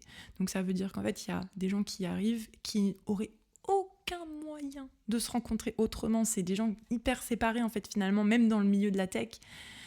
Et qui arrivent en fait à se rencontrer parce qu'aujourd'hui, je collabore avec Delivery Hero et il y a la French Tech qui vient, mais il y a aussi Delivery Hero et boum, ça fait des étincelles, quoi. Voilà.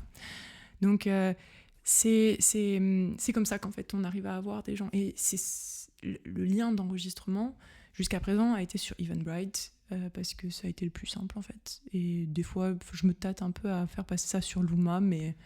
C'est la dernière app que j'ai découverte récemment pour les événements. Exactement. J'ai fait passer tous les autres événements que j'ai montés pour la French Tech, je les ai fait passer sur Luma. Mais parce que le petit-déj, ça fait 22 éditions que ça dure, et ça fait 22 éditions que ça dure sur Eventbrite, j'ai du mal à m'y résoudre, en fait.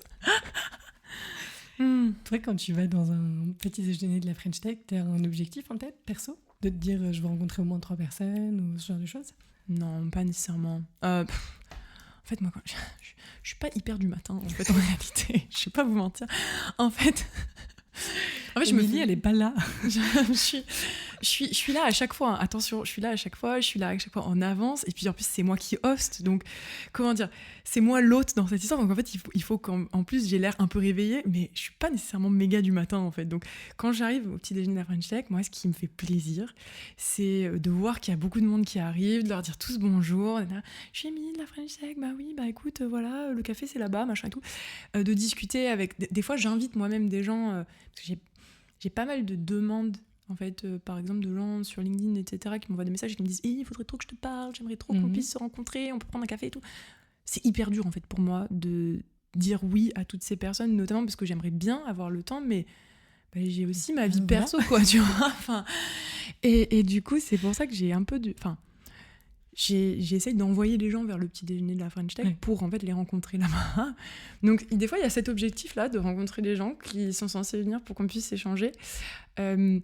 Après moi c'est aussi de discuter avec nos partenaires, parce que c'est souvent des super belles boîtes, en fait. Là, quand je te dis 22 partenaires, on a vraiment eu des trucs incroyables. On a eu des VC, on a eu des scale-up franco-allemandes, on a eu des corpos, on a fait ça chez Axel Springer une fois. J'ai même fait ça dans les bureaux d'un lobbyiste une fois. C'est des gens qui sont absolument incroyables et que si je faisais pas ce genre de choses-là, si je me bougeais pas les fesses à monter ce type d'événement-là avec la French Tech ou ce type de plateforme-là avec la French Tech, j'aurais jamais l'occasion de bosser avec ces boîtes-là. Tu vois, ce serait pas possible. Là, aujourd'hui, j'ai pu bosser avec 22 partenaires de qualité parce que, en fait, j'ai monté ce truc-là et que la value proposition, en fait, de ce petit déjeuner-là, elle est simple. Je t'amène 50, 60, 80, 100 personnes si t'as la place pour 100 personnes, un jeudi matin, un mercredi matin, un mardi matin. Le vendredi, j'évite parce que j'aime bien dormir le vendredi matin. Et toi, en échange, tu me donnes ton espace, donc c'est-à-dire ton bureau, et tu achètes des petits croissants pour que les gens, ou peu importe ce que tu veux manger. Moi, c'est vrai qu'à chaque fois, des gens ils veulent des croissants. Enfin, les partenaires ils veulent toujours des croissants parce que bon, c'est la France et tout. Mais en réalité, appelle tous les potentiels partenaires, c'est pas la peine. Enfin, c'est pas grave si c'est pas des croissants, quoi. Et t'as poussé le délire jusqu'où? Parce que je veux dire, si tu fais chez Too Good To Go, est-ce qu'ils vont faire des paniers récupérés, tu vois? Ou est-ce que vous avez un deal avec les déis normands et c'est les fournisseurs officiels de tous les petits déjeuners de la French Tech? Est-ce qu'il y a... tu serais prête à pousser là-dedans ou c'est une question ou en fait non? Parce que ça peut être aussi un choix de dire on le garde le plus simple parce que c'est une formule qui marche et ça sert à rien de pousser si on a un truc qui fonctionne, quoi. Pour moi, vu que c'est un truc volontaire et que ça me prend déjà pas mal de temps, c'est un truc que je pousse pas nécessairement. À chaque fois, les partenaires avec lesquels je bosse, du coup, que ce soit Deliveroo ou autre, soit ils ont déjà leur fournisseur parce qu'ils font des événements déjà, etc. Donc ils ont déjà leur truc. Soit ils savent pas, ils me posent la question et moi en fait je m'en occupe pas de tout l'aspect, si tu veux, nourriture, c'est pas mon côté de l'organisation de cet événement, si tu veux. C'est vraiment le truc des partenaires. Donc j'ai 2-3 idées d'endroits où je sais que les croissants ont été super bons, où le service a été génial et tout, etc. Et là, du coup, je leur donne le nom de telle ou telle boulangerie, mais c'est eux qui gèrent, vraiment. Okay. Et souvent, ils ont déjà leur truc, en fait. Ils ont même pas besoin de moi, pour être honnête avec toi. Et tu m'as mentionné Too Good To Go, le petit déjeuner de décembre. Et chez Too Good To Go. Cool. Wolfgang Hennen, s'il est toujours là. Exactement, c'est lui. Trop bien. Trop stylé. On avait fait un épisode avec lui que je remettrai en lien, ce qui était vraiment incroyable. Cette personne est absolument incroyable. Ça va être trop stylé. Je voulais aussi te demander si vous aviez prévu un truc pitch, par exemple. Tu vois. Bon, encore une fois, tu l'as dit, c'est le matin, c'est peut-être un peu tôt.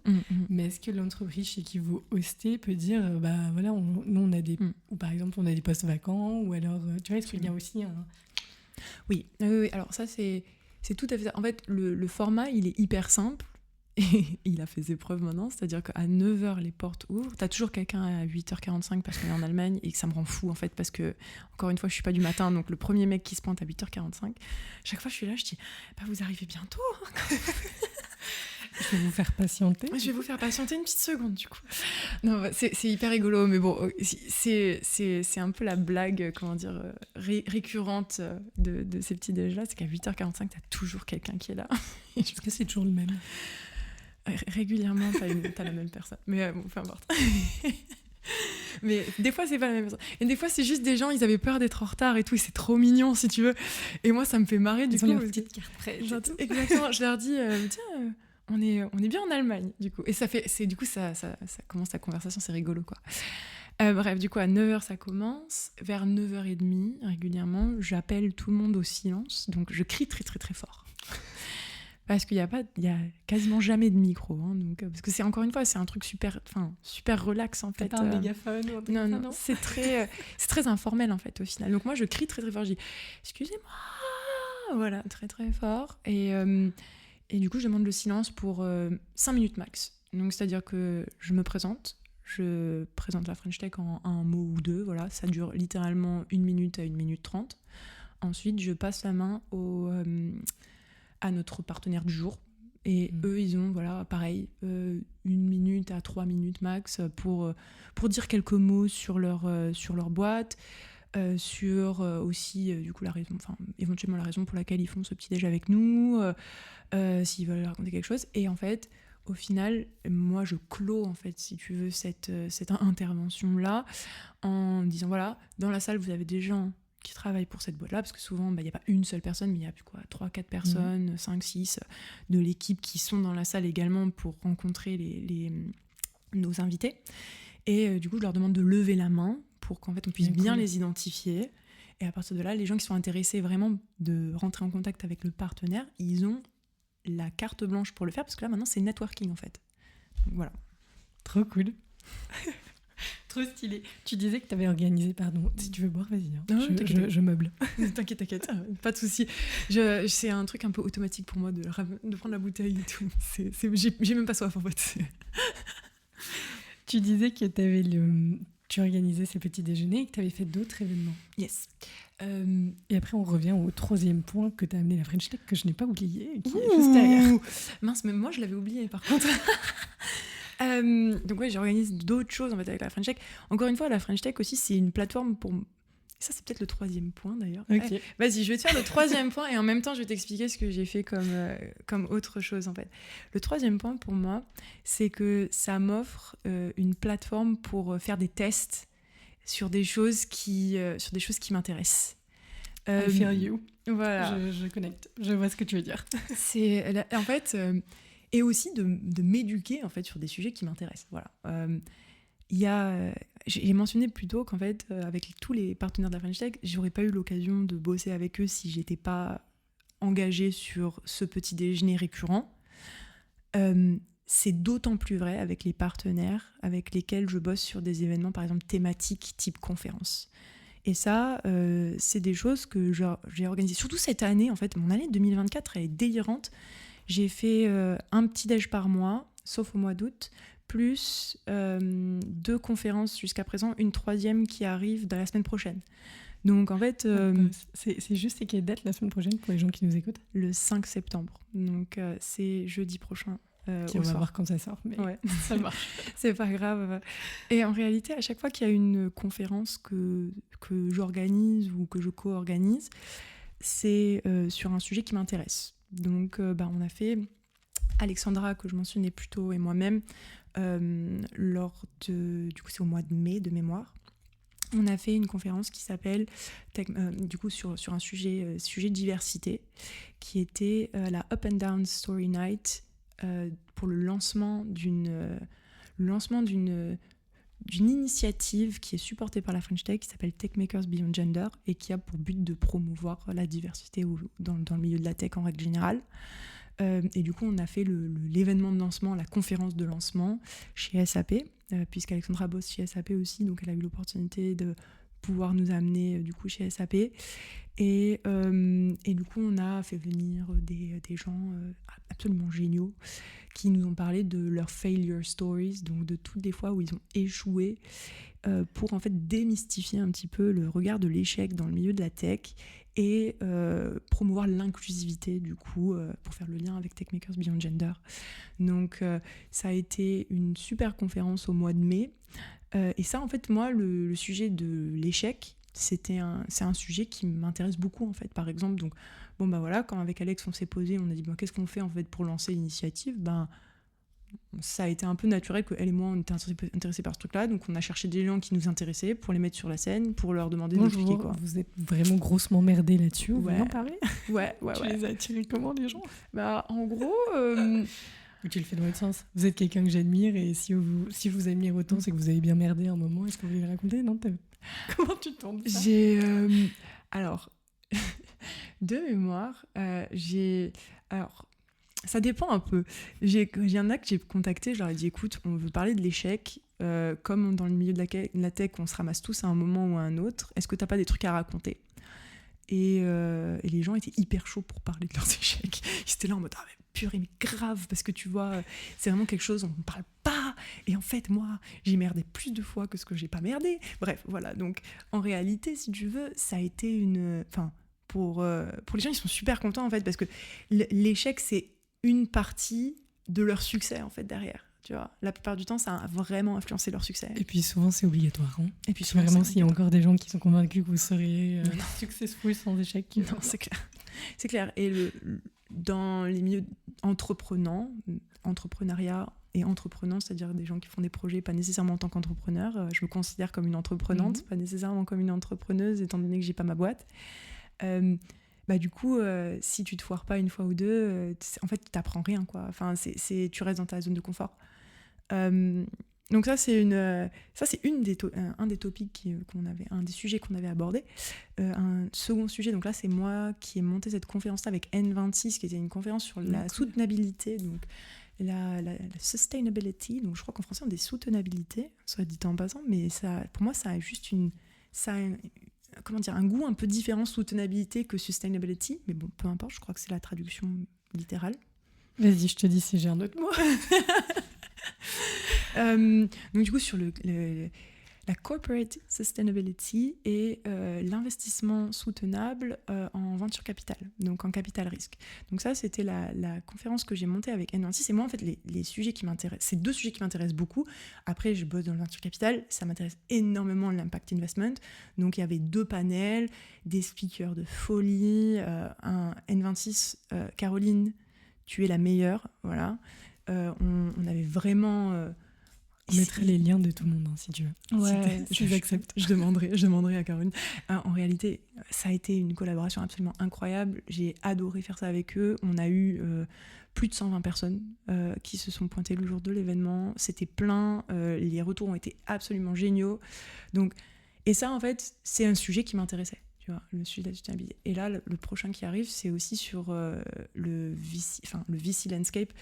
Et du coup, là, c'est le sujet de l'investissement across the Rhine, entre la France et l'Allemagne. Donc, c'est-à-dire pourquoi est-ce que les VC français regardent en Allemagne, pourquoi est-ce que les VC allemands regardent en France, et en fait, quelles sont les dynamiques d'investissement cross-border, cross-frontière.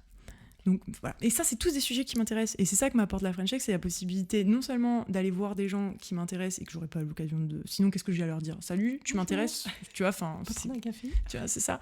En fait, au bout d'un moment, les gens sont hyper occupés aussi. C'est normal. Moi aussi, je suis la première à dire aussi, je suis désolée, mais là, en ce moment, c'est pas possible, quoi. Et ça me permet aussi d'aborder des thèmes qui sont hyper intéressants. Et en fait, ça me permet aussi de faire ma main sur ce type de gros projets, quoi. Enfin, je veux dire, de gros projets aussi. Si j'étais au lycée, je dirais que c'est extracurriculaire, tu sais. Enfin, c'est pas quelque chose que je fais pour mon boulot, en fait. C'est un truc que je fais à côté, quoi. Donc, voilà. On va revenir sur comment est-ce que tu arrives à l'organiser avec ton boulot. Mais juste avant, j'ai quand même une petite question sur comment a réagi la scène tech berlinoise, allemande, germanophone, quand ils vous ont vu aussi actifs, tu vois. Est-ce que vous avez eu est-ce qu'ils ont trouvé ça cool ? Est-ce qu'ils se sont mis dedans ? Est-ce qu'ils vous ont copié ? Est-ce que juste c'est tellement séparé le français et l'allemand que personne, tu vois, il n'y a pas de mélange ? Comment ça se passe ? Au départ, en fait, je pense que ça dépend des gens. Moi, j'ai jamais eu nécessairement de trucs négatifs qui me sont remontés aux oreilles. J'ai jamais eu de retour négatif. On a bossé avec des boîtes allemandes sur certains événements, etc. Parce qu'il y a quand même... si on fait un zoom un peu en dehors, un zoom back, en fait, on regarde et on voit que la France et l'Allemagne, c'est quand même 2 des gros écosystèmes tech, en fait, en Europe, quoi. Enfin, je pense qu'on n'apprend rien à personne en disant un truc comme ça. Et puis à côté de l'un de l'autre, surtout aussi. À côté de l'un de l'autre, il y a une frontière, quoi. Enfin, je veux dire... Et en fait, aujourd'hui, l'Allemagne est aussi intéressée d'apprendre de la France, notamment sur tout ce qui est French Tech. Parce que c'est... La French Tech, moi, de mon point de vue, dans tous les cas, c'est un outil de soft power à la française qui marche vraiment très bien. C'est un outil vraiment incroyable. Enfin, là, quelque part, il y a eu quand même... c'est quelque chose d'assez visionnaire, quoi. Et ça n'existe, à ma connaissance, pas vraiment ailleurs dans cette mesure. C'est-à-dire que là, c'est quand même... On parle du monde entier, quoi. Voilà. On parle du monde entier. Moi, j'ai des gens qui me contactent de temps en temps à la French Tech, Taïwan, quoi, tu vois. Enfin, c'est des trucs qui... Enfin, on a des gens de partout dans le monde. Quand j'ai eu besoin, par exemple, de prendre contact avec des gens à Barcelone, parce que j'avais des entrepreneurs dans mon boulot que je soutenais qui allaient à Barcelone, par exemple, la French Tech Barcelone, j'ai pris contact avec eux, avec le président. Guillaume, tu es génial. Et du coup, on je lui envoie des entrepreneurs de temps en temps, on discute. Enfin, tu vois, voilà. Dans tous les cas, pour répondre à ta question, il y a un certain soft power à la française qui est, je pense, peut-être pas envié, mais qui est regardé avec admiration. Et j'avais parlé avec certaines personnes qui font partie d'une initiative hub.de de mémoire, qui est une initiative pour essayer de monter des hubs d'innovation un peu partout en Allemagne.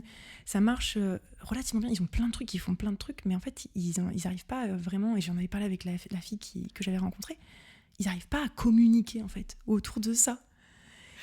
Mais pourtant, quand elle me parlait de ce qu'ils faisaient, moi, je me disais, putain, mais c'est hyper cool en fait. Enfin, ils font des trucs vraiment géniaux, mais il y a une très mauvaise communication, quoi. Mon expérience de l'Allemagne depuis le début, c'est qu'ils ont un très mauvais marketing. Autant ils ont des pubs très drôles. Ouais, je trouve qu'ils ont des jeux de mots, des trucs qui sont vraiment... et que je trouve qu'ils ont un level au-dessus par rapport aux Français dans l'utilisation des mots.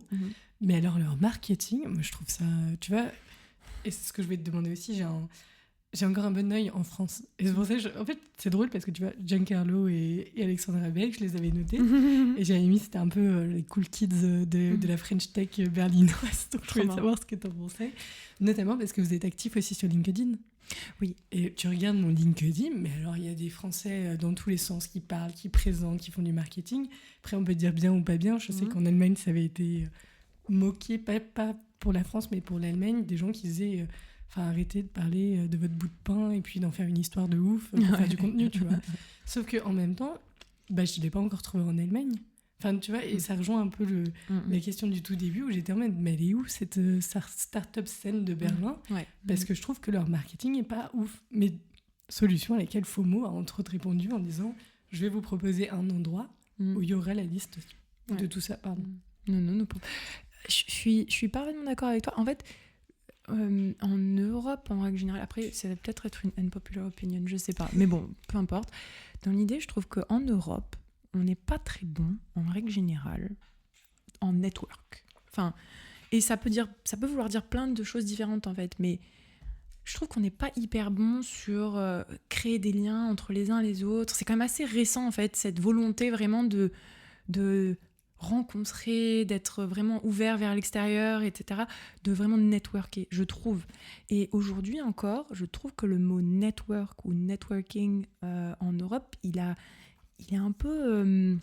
réseautage. Ouais, mais réseautage en français, c'est limite péjoratif, quoi. Tu vois, networking, ça dépend dans quel milieu dans quel milieu tu es, mais même networking, c'est quand même quelque chose qui n'est pas nécessairement vu positivement, quoi. Et c'est hyper dommage parce qu'en fait, le networking, en fait, les gens, en règle générale, mais là, tu vois, je fais une grosse généralité en Europe, etc. Certainement que c'est pas pareil partout, etc., etc. Mais de mon expérience, dans tous les cas, cette volonté, en fait, de rencontrer des gens avec... le networking, il y a quand même une volonté de rencontrer des gens qui te sont quote unquote utile en fait au départ, aussi pour de manière professionnelle, et c'est logique parce qu'en fait il y a plein de choses qui se font en fait surtout dans les milieux tech, open innovation, etc., qui se font avec des gens qui sont pas nécessairement de ta boîte, qui se font entre des organisations qui sont complètement différentes et parfois des organisations qui sont même concurrentes en fait. Et le fait et du coup pendant longtemps ça a été un peu un mot un peu sale, le mot networking en Europe.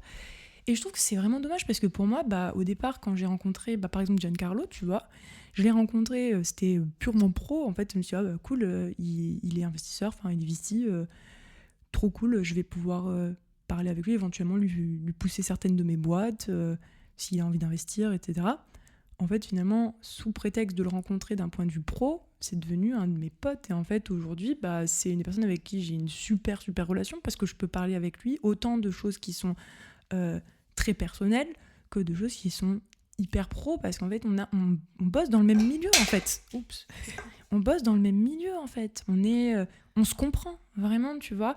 La plupart des gens, quand je leur explique ce que je fais dans la vie, ils n'ont rien compris, tu vois. Et en fait, avoir cette possibilité de rencontrer des gens qui peuvent tourner. Alors des fois ça tourne pas en pote, hein. Je veux dire, la plupart des gens que je rencontre dans des événements networking, ça devient pas mes amis, mais ça t'offre cette possibilité, en fait. Et je trouve qu'il faudrait vraiment dédramatiser le sujet du networking en règle générale.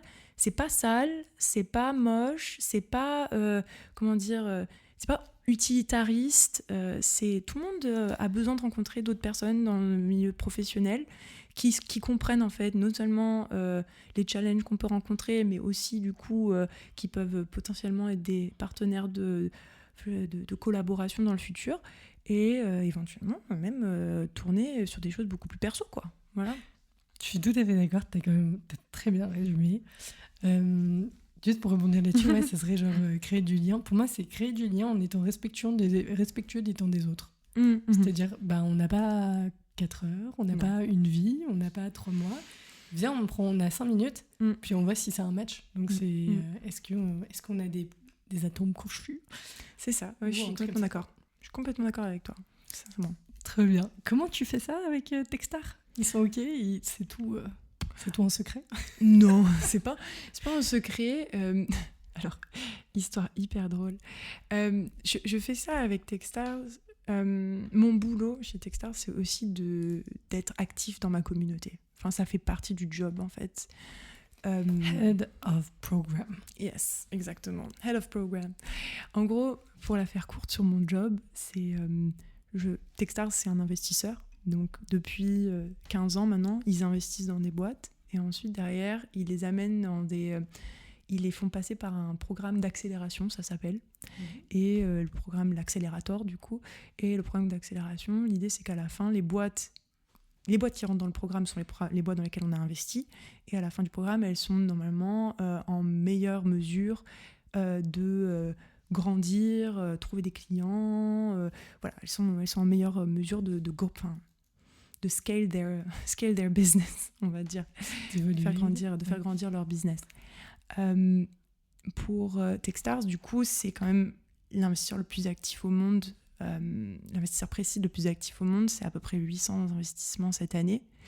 Et ça va redescendre un petit peu dans les années qui viennent parce que du coup, c'est cyclique. Mais pour soutenir en fait ce nombre d'investissements qui est énormissime, hein. Un VC normal, ça investit pas dans 800 boîtes du tout, hein.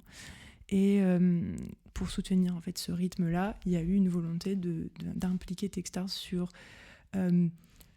tout ce qui était un peu plus early stage que les boîtes dans lesquelles on investissait. Donc ça veut dire toute la partie idéation, toute la partie préparation au fundraising. Et en fait, ça, c'est des programmes dont moi, je suis responsable à travers l'Europe, le Middle East and Africa, donc EMEA, qui est, on est bien d'accord, une vision assez américanisée de la totalité du reste du monde. C'est quand même un endroit assez large. Mais, et mon job, en gros, ça va être de mettre en place des programmes qui sont très souvent des programmes d'aide, de préparation au fundraising, en fait, de fundraising readiness. Donc, de préparation à la levée de fonds, voilà, on va y arriver. Et c'est de prendre en fait ces boîtes-là qui sont encore un petit peu trop jeunes, un petit peu trop risquées pour une boîte comme pour un fonds d'investissement comme Techstars, et de les faire solidifier leur business, de les entraîner, de leur faire en fait finalement arriver à un point où ils sont investissables pour Techstars ou pour d'autres VC. Très souvent, ce qui se passe, c'est qu'après les programmes que je gère, ils n'ont pas besoin de Techstars, donc du coup ils partent aussi se faire investir par d'autres VC. Tu me dis si c'est confidentiel ou pas, mais c'est quoi le deal du coup? Parce que j'imagine qu'ils ne payent pas, c'est un pourcentage dans la boîte. Le deal, alors il y a des deals différents, donc c'est-à-dire le deal d'investissement par Techstars. Je vais y aller, je suis désolée. Donc le deal d'investissement par Techstars, il est public, donc tu peux le trouver sur internet, mais moi comme c'est pas ma partie du business, j'ai peur de dire des bêtises, mais du coup il est disponible sur internet et possible d'accès par tout le monde parce que c'est un deal standardisé. Toutes les boîtes dans lesquelles on investit, elles ont le droit au même deal à peu de choses près, et ensuite elles ont le droit au programme d'accélération dans lequel elles ont été acceptées, donc Berlin ou Paris ou les États-Unis, peu importe. Pour rentrer dans les programmes que moi je gère, qui ne sont pas des programmes d'investissement, là c'est différent. Les programmes sont 100% gratuits pour les boîtes. La vache, c'est ouf quand même. Et ça c'est un truc que Et ça, c'est un truc en fait qui est absolument incroyable et moi qui m'a vraiment chauffée en fait quand j'ai commencé à passer les entretiens aussi, c'est que c'est du 100% entrepreneur first en fait. Donc les programmes que j'ai gérés, il y en a eu des programmes de funding readiness, donc de préparation à la levée de fonds. Là, ce que ça veut dire, c'est qu'en gros, on a des boîtes qui ont déjà c'est déjà une équipe qui est formée, ils ont une idée, ils ont commencé à créer un prototype, ils ont quand même quelque chose, ils ont commencé aussi à bosser sur leur boîte. C'est pas une feuille blanche, en fait, qu'ils ont devant eux. C'est pas une idée. C'est pas une idée, c'est vraiment, ils ont commencé à bosser, ils ont commencé à rentrer en contact avec les clients, etc. Et l'idée, c'est que pendant les 10 semaines où ils restent avec moi, ils ont toutes les semaines des masterclass qui leur sont données, donc ça c'est vraiment éducation, voilà, ou qui leur sont données sur toutes les thématiques dont ils ont besoin afin de solidifier leur business en vue de la levée de fonds. Donc par exemple, on a des choses comme du customer discovery qui est basique en fait et dont ils ont vraiment besoin pour le début en fait d'une boîte. Il y a plein d'entrepreneurs, c'est leur première fois, ils savent pas faire le customer discovery, tu vois. Customer discovery, c'est d'identifier ton client cible. Identifier ton client cible, lui rentrer en contact avec lui, savoir en fait si c'est ton client cible ou pas, finalement avoir aussi la possibilité de voir si tu arrives au product market fit aussi. Donc customer discovery, c'est vraiment tout ce qui est en lien, on va dire, avec l'identification de la personne à qui tu vas vendre. L'utilisateur final. Voilà. Et ça, c'est en fait, et aussi de savoir ce dont il a besoin, ton utilisateur final, parce que ton idée que tu as eue dans ta chambre à 2h du matin, un mardi soir, et sur laquelle tu as bossé avec ton co-founder, souvent, c'est pas l'idée finale qui va être... c'est pas souvent le produit final, en fait, qui va être donné à ton customer, parce qu'en fait, ton customer, c'est lui qui décide si oui ou non il a besoin de ce que tu vas produire et pas l'inverse en fait. Tu vas pas le forcer en fait. Quels sont vos critères de sélection de ces entreprises ? Alors ça diverge un peu en fonction des programmes. Pour les programmes que moi je gère, tout simplement parce que mes programmes sont en partenariat avec une organisation. À Berlin, j'ai fait un programme qui était en partenariat avec Audi Denkwerkstatt, qui est du coup le hub d'innovation de Audi. Et du coup, j'ai fait après 2 programmes en Arabie Saoudite. Alors, si tu veux parler Je m'en souviens. Bon, si tu as envie de parler d'Arabie Saoudite, wow. Quand on s'est rencontrés, c'est vrai que j'allais partir pour les 2 dernières fois. Donc voilà, donc on peut parler d'Arabie Saoudite dessus aussi. Et donc j'ai fait l'Arabie Saoudite et du coup, là, le programme était un peu différent. Le partenaire, c'était le gouvernement en Arabie Saoudite. Ils avaient des objectifs qui étaient aussi différents. Et c'était du coup des critères un peu différents de sélection. Mais, quand même, en règle générale, il y a 3 choses que moi, si c'est un peu classique. La première chose, c'est la tech qui est utilisée. Donc ça veut dire est-ce qu'il y a une potentielle... Enfin, est-ce qu'il y a des choses qui sont, copyrightables ou alors où on peut qu'on peut patenter, donc avoir des brevets, etc. déposés sur la technologie. Est-ce que c'est quelque chose qui va disrupter ou le secteur dans lequel la technologie est utilisée. Voilà, donc la qualité de la tech, voilà, qui est utilisée. Deuxièmement, c'est la capacité de l'équipe à délivrer en fait sur l'idée qu'ils ont eue. Il y a vraiment 1 million de personnes qui ont la même idée tous les jours.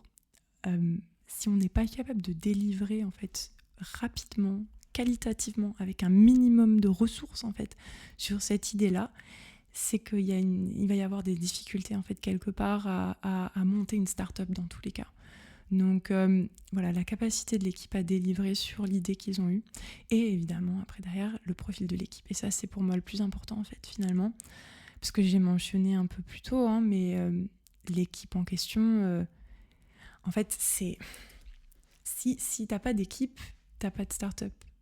Les start-up en très early stage, dans le pré-seed, par exemple, ils n'ont pas de... L'idée qu'ils ont eue un soir ensemble, sur laquelle ils ont commencé à bosser, dans 9,99999 cas sur 10, ça va pas être l'idée qui va être retenue pour leurs produits en fait, et qui va en fait les faire percer ou qui va faire scaler la boîte en fait. Donc ils vont pivoter un paquet de fois avant d'arriver à quelque chose qui obtient ce qu'on appelle le product market fit. Et du coup, l'équipe, c'est ce qui reste en fait. L'équipe, c'est ce qui reste à chaque fois avec tous les pivots en fait qu'on va pouvoir voir, tous les changements de direction. Souvent, l'équipe, c'est la seule chose qui reste, et c'est dans le très très early stage dans lequel moi j'opère, c'est le plus important en fait. Voilà. Ok. Il se passe quoi quand une entreprise ne termine pas le programme ? Ça arrive ? En fait, c'est un peu dommage pour eux si ça arrive. Enfin, c'est clair. Dans l'idée, moi, il n'y a pas d'investissement, il n'y a pas de stakes pour Techstars. En fait, dans l'idée, moi, les boîtes que je choisis dans mes programmes, ça a une double capacité. En fait, c'est un double objectif, on va dire. L'objectif number one, c'est d'aider les entrepreneurs, etc. Le second objectif, c'est aussi de voir si c'est pas des boîtes qu'on peut aussi dans lesquelles on peut investir aussi. Voilà. Donc, quand je sélectionne des boîtes en début de programme, c'est des boîtes qui ont un potentiel.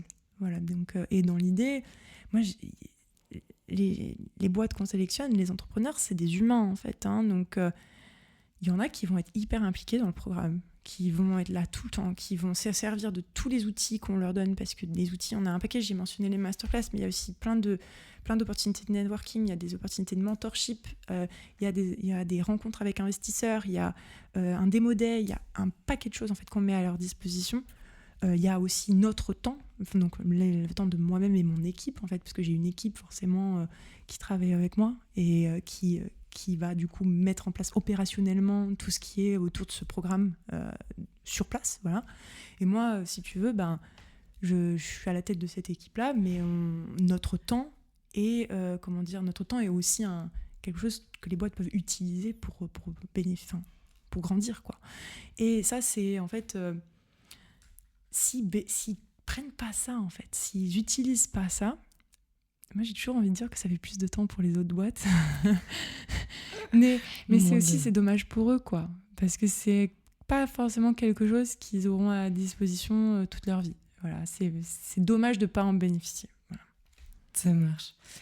De ton côté, du coup, tu as des critères de sélection pour ton travail ? Tu vois, Émilie, on l'attend au tournoi à la fin du mois, c'est ça, tes délivrables. Mes livrables, ouais. Alors, ça... Juste pour avoir une petite idée, tu vois. Je suis team lead, donc après, le bonheur de ma team, ça fait partie de mes critères vers moi-même, en fait, pour le coup. J'ai plein de critères plein de critères d'évaluation sur le niveau de mon boulot, notamment quand j'ai un programme. Il y a plein de choses, en fait. Il y a la satisfaction de l'organisation avec laquelle on travaille, la satisfaction des entrepreneurs avec lesquels on travaille, il y a la satisfaction du coup de l'écosystème avec lequel on travaille également.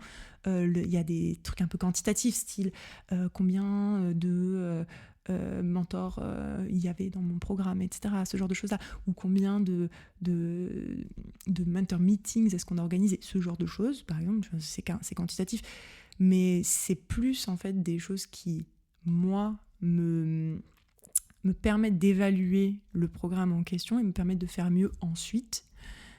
Les deux choses les plus importantes aux yeux de Techstars, en fait, pour m'évaluer moi, ça va être la satisfaction de l'organisation avec laquelle on travaille et la satisfaction des entrepreneurs avec lesquels on a bossé.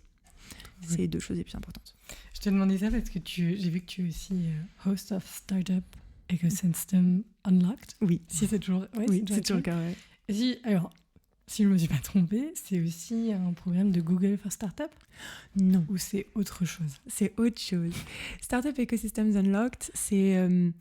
En fait, je fais plein de trucs aussi. Donc là, à chaque fois, je te la fais courte, mais c'est parce que j'ai plein de projets à droite, à gauche, en fait, si tu veux. Et à l'intérieur de Techstars, j'ai aussi plusieurs projets, même si mon job principal, c'est d'être, tu vois, head of programme, donc de gérer des programmes à droite, à gauche, et de me déplacer un peu à droite, à gauche pour monter tous ces programmes-là.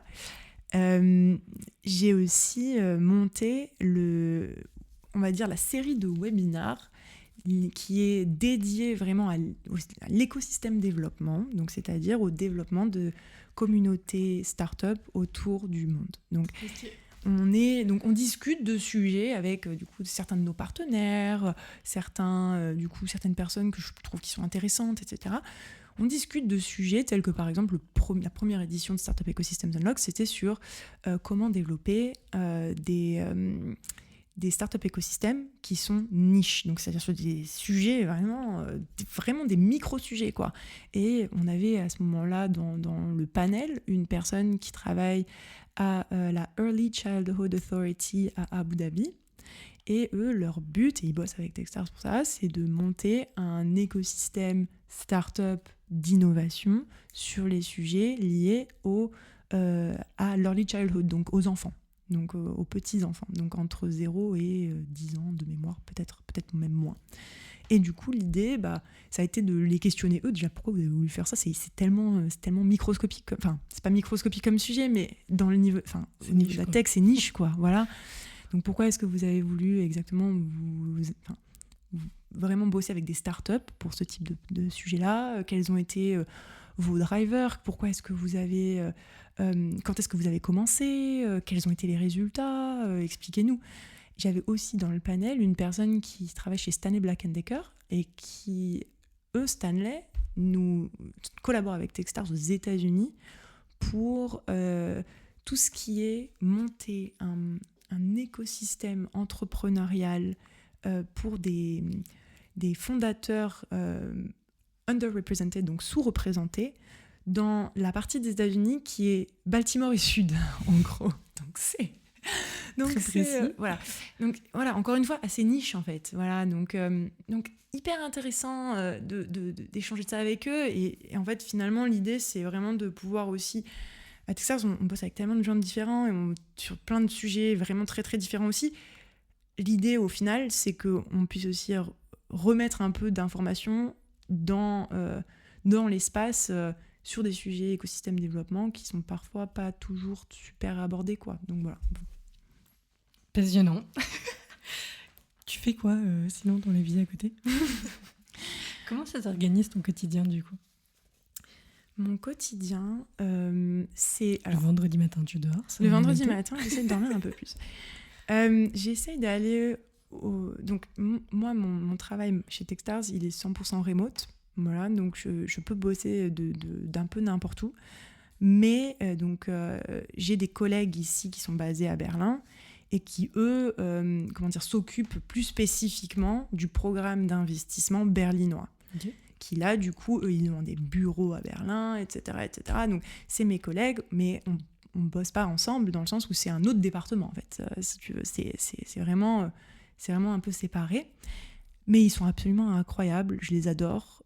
Ils m'ont accueilli vraiment à bras ouverts quand je suis arrivée. Et puis, tu sais, quand tu commences un job 100% remote, ma boss, elle était à Seattle, aux États-Unis, 10 heures derrière, 10 heures de décalage horaire. C'est toujours un peu difficile. Et en fait, en réalité, avoir aussi cette équipe locale, même si je bossais pas avec eux directement, c'était vraiment sympa. Et du coup, je vais au bureau régulièrement. J'essaye, là, ça fait un moment que j'ai pas tenu cette promesse-là, mais j'essaye d'y aller au moins 2-3 fois par semaine. À côté de ça, le matin, je me lève. Pas trop tôt, parce qu'encore une fois, je suis pas super du matin, mais je me lève, je commence à bosser en règle générale vers les 9h du matin. Et j'ai beaucoup de meetings, en fait, parce qu'encore une fois, je suis plus un individual contributor, je suis plus... comme je manage des gens, en fait, au final. D'ailleurs, ça a été le passage de contributeur individuel au passage de manager, en fait, pour moi, c'est encore c'est encore un truc que j'apprends, en fait, au quotidien, parce que je suis quelqu'un qui aime bien faire les choses, et en fait, j'ai dû vraiment apprendre à lâcher du lest avec ça. Donc, super intéressant, ça m'apprend des choses tous les jours, mais du coup, je fais beaucoup de meetings, et le soir, en règle générale, donc, soit je vois des gens, personnellement ou professionnellement, soit je vais à des événements, soit je fais du sport. Je fais beaucoup de sport, donc 3 fois par semaine minimum. Et souvent, je vais courir en salle. Parce que je sais que les gens, à chaque fois, ils disent « Ah, pourquoi tu cours en salle ? C'est pas cool du tout. » Moi, j'aime bien avoir ma petite bouteille d'eau sur le côté, mon petit film sur Netflix et courir sur mon tapis. Voilà. Je suis désolée, je fais partie de ces gens-là. Et puis j'accepte ma... T'en es personne, voilà. tu me diras. C'est ça, exactement. T'es à un point précis. C'est ça. Mais souvent, j'ai eu des discussions et tout, et les gens ne comprenaient pas du tout pourquoi je courais en salle. Et en fait, je me dis, est-ce que c'est des gens qui courent en tout extérieur? Ouais, je sais pas. Je sais pas. Sincèrement, je sais pas. Parce que moi, pour avoir déjà fait l'expérience, en plus, c'était un peu la question de t'y vas à quelle heure? Tu vois, parce que si c'est la nuit, c'est comme la nuit. Ouais. Si c'est le matin, c'est le matin. Ouais, c'est clair. Bon, quand t'as une salle et t'as la douche à côté des trucs, c'est plus pratique, mais au moins tu le fais aussi. Ça dépend ce que tu cherches, on va dire. Exactement. Et puis c'est moi, je cherche la tranquillité, pour être un peu honnête avec toi. Puis j'aime bien, après, j'ai mes petits exercices et tout. J'ai mes petits tapis. Tu sais, enfin... Je trouve que les salles de gym à Berlin, elles sont vraiment bien, quoi. Donc, en fait, j'en profite, tu vois. C'est ça. Et puis, j'ai Urban Sports Club. Un jour, je les aurai sur ce podcast. J'aimerais... franchement, la solution est vraiment géniale. Mais je déteste les cours. Donc, en fait, je vais à la salle de sport. En fait, non, mais tu vas pas au bon cours. On en reparlera parce que je me suis dit, je les donnerai certainement pas en direct sur le podcast parce que déjà qu'ils sont overbookés, mais il y a des super cours. Mais c'est vrai qu'il faut se donner l'envie et un peu de mal à trouver. Et d'être là à l'heure, en fait. Moi, j'aime bien. Ah oui, d'accord, ok. Ça, c'est autre chose. Après, parce qu'en fait, souvent, j'ai des meetings qui débordent, machin et tout. Et du coup, après, tu sais, tu cours. Et en fait, je déteste courir. Enfin, j'aime bien courir sur le tapis, mais pas courir derrière le temps, ça m'agace. Voilà. Ça marche. Tu as mentionné le fait que tu étais entreprenante. Et alors, c'est quoi le futur, Émilie? Est-ce qu'un jour, tu te vois pousser un projet un peu plus loin? Là, je comprends en plus que la French Tech, c'est aussi sous la tutelle de la French Tech, ou sous le label. Est-ce que tu aurais envie de développer quelque chose, pas forcément à ton nom, mais dans une... Enfin, moi, je vois ça comme plus indépendant, mais tu vas me dire, ça se trouve que pas du tout, tu as suffisamment de possibilités de choix dans la French Tech. En fait, ce que je veux dire oui, je vois tout à fait ce que tu veux dire. Et la French Tech, c'est déjà... c'est déjà hyper indépendant dans le sens où... Alors, pour répondre à ta question, oui, j'aimerais bien pousser un projet plus loin, mais au regard de la French Tech, c'est quand même quelque chose d'hyper indépendant parce qu'en fait, moi, je fais ce que je veux quand je veux, si je veux. Après, de choses près avec la French Tech, tant qu'il y a des guidelines, mais elles sont quand même assez, comment dire, c'est soft, quoi. Donc, tu peux faire un peu ce que tu veux. Tant que, voilà, bon, ça reste à l'intérieur de ces guidelines. Mais moi, j'ai jamais été, c'est ce qui est chouette en plus. Hein. Ouais. J'ai jamais été, restreinte par les guidelines de la French Tech pour faire tout ce que je veux. Parce qu'en fait, la French Tech, je prends ça aussi comme un espèce de... je l'ai dit, comme un test professionnel, en fait. Et tout ce qui est professionnel pour moi, ça reste dans le milieu de la tech. Donc, ça touche à la French Tech, donc il n'y a pas de souci. Pour ce qui est de pousser un projet plus loin, avec Alexandra, on a monté du coup Tech Makers Beyond Gender, qui du coup est une initiative, on va dire, qui est rattachée à la French Tech, parce qu'on est toutes les deux à la French Tech, mais en fait qui est quand même indépendante. Et on va voir ce qu'on en fait. On monte régulièrement. L'idée, c'est de monter des événements, c'est de c'est de faire se rencontrer les gens sur ces sujets-là, des sujets de diversité, de finalement aussi faire, être aussi un puits de savoir sur ces sujets-là aussi. Donc voilà, il y a aussi ce projet-là qui est qui court à côté de celui de la French Tech. Monter une boîte dans le futur, j'aimerais bien, je pense. Je me suis toujours posé la question de savoir si je voulais monter une boîte, même quand j'étais plus jeune et tout. Je me voyais entrepreneuse, pas nécessairement dans la tech, c'est assez marrant, mais et je sais pas si je vais y arriver un jour en fait, mais pour moi, si tu veux, là aujourd'hui, je suis assez contente en fait de la situation dans laquelle je suis parce que j'ai la possibilité de monter des projets, de prendre des risques, d'être accountable en fait sur tout ce qui relate de mes projets. Enfin, tous les projets que j'ai montés à la French Tech, à l'exception du projet que j'ai monté avec Alexandra, qui était du coup sur le lancement de Tech Makers Beyond Gender, c'est tous des projets que j'ai montés quasi toute seule en fait. Et ça en fait, cette autonomie de faire ce que tu veux, de monter un projet, de voir aussi les fruits de ton travail, etc., c'est ça qui me fait kiffer en fait. Est-ce que ça, dans le futur, ça passera par monter la totalité d'une structure qui, elle, après, du coup, sera une boîte, peut-être. Mais aujourd'hui, déjà, je fais mes armes sur des choses qui sont déjà pas mal, on va dire. Et puis tout ce qui a trait à la French Tech, c'est aussi, ça bénéficie à un paquet de monde, en fait, si tu veux, tu vois. Donc ça me fait plaisir aussi, on va dire. J'avais demandé, évidemment, tu vois, parce que maintenant que je me suis dit, je vais arrêter de faire que des discussions où je me base que sur la discussion, et je vais demander à ChatGPT s'il a des idées. Et j'avais posé des questions en mode voilà, je te présente ma personne et tout. Est-ce que tu as une question genre qui sort de l'ordinaire, tu vois. Okay.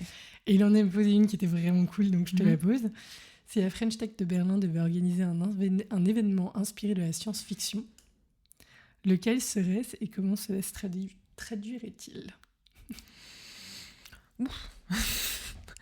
Un événement inspiré de la science-fiction. Est-ce que vous feriez des trucs à thème? Je crois que, bon, tu vois, si on sort un peu. Pourquoi pas? Après, moi je pense, tu vois, il y a des sujets dans la tech qui, par exemple, sont des sujets type tech qui touchent à toute la défense, au spatial. Donc, tout ça, tu vois, par exemple, ça pourrait être intéressant. C'est pas nécessairement mon comment dire? C'est pas ton délire. C'est pas, pourquoi pas? Après, j'ai jamais eu l'occasion de bosser sur des trucs space tech, par exemple, tu vois. Mais pourquoi pas? Et si c'est le cas, tu vois, monter un événement sur une verticale de type space tech ou défense, etc. et utiliser Star Wars, quoi, par exemple, ce genre de choses-là. Donc ça, ce serait pourquoi pas comme ça. Après, tu vois, maintenant que tu me fais penser à ça, il y a tous les sujets IA aussi, hyper délire. À voir, tu sais, si je pars en mode créatif, mais un peu délirant, tu vois, de se dire, bah voilà, au lieu d'organiser un speed dating investisseur versus boîte, tu fais un speed dating boîte et IA, et ensuite l'IA va définir quel va être l'investisseur qui est le meilleur pour toi, et derrière du coup ça fait c'est une meilleure allocation de ton temps en tant que personne, finalement, en tant que fondateur. T'as pas du temps illimité, donc en fait l'IA va faire le premier screen en fait des investisseurs au lieu de faire le premier screen des boîtes, en fait, tu vois. Donc retourner un petit peu le truc aussi comme ça. Il y a plein de choses qu'on peut imaginer. Après, aujourd'hui, c'est pas nécessairement les trucs que moi j'ai en tête, mais pourquoi pas. Tu restes à Berlin encore? Un petit peu encore, ouais. Un petit peu encore. Là, je sais pas pour combien de temps. J'aime beaucoup ma vie ici. Après, le truc, c'est que il y a beaucoup d'opportunités aujourd'hui qui se dégagent dans mon milieu, qui sont à Londres, par exemple, ou qui sont aux États-Unis, par exemple, aussi. Et ça, c'est des questions que je me pose régulièrement. Ça me ferait bizarre de devoir quitter Berlin aujourd'hui, parce que aussi, aujourd'hui, mon copain et moi, on est ici, mes amis sont ici, mon réseau est ici. Je pense qu'après, au bout de, je sais pas, ça fait combien, 1h30 qu'on discute ou 1 heure 2 heures. Ok, super. Donc on a compris que dans le milieu dans lequel je travaille, le réseau, c'est important aussi. Et en fait, si je pars quelque part d'autre, il faudra que je recommence tout du début. Tu crois que c'est toujours vrai? Ça, oui, avant, mais tu crois qu'aujourd'hui, c'est encore vrai? Moi, quand je regarde mon réseau en France, je l'ai quand même gardé, donc je le développe plus pareil. Mais n'empêche que ce soit avec... j'ai l'impression, de toute façon, à partir du moment où tu as ce truc de tu as une voix et tu exprimes à l'extérieur, il y a plein de gens, le podcast, il est écouté moitié France, moitié Allemagne, tu vois. Ah, trop marrant, ok. Et il y a des gens en France qui l'écoutent, je les salue. Et écrivez-moi d'où vous écoutez, parce que j'ai déjà eu de la Bretagne, du sud de la France, vraiment des trucs de personnes qui disent je suis arrivée dessus parce que Berlin. Ouais. Et en fait, je suis restée parce que c'est plein de profils passionnants, tu vois. Donc c'est pour ça que je demande si c'est encore vraiment pertinent. Enfin bon, tu nous raconteras.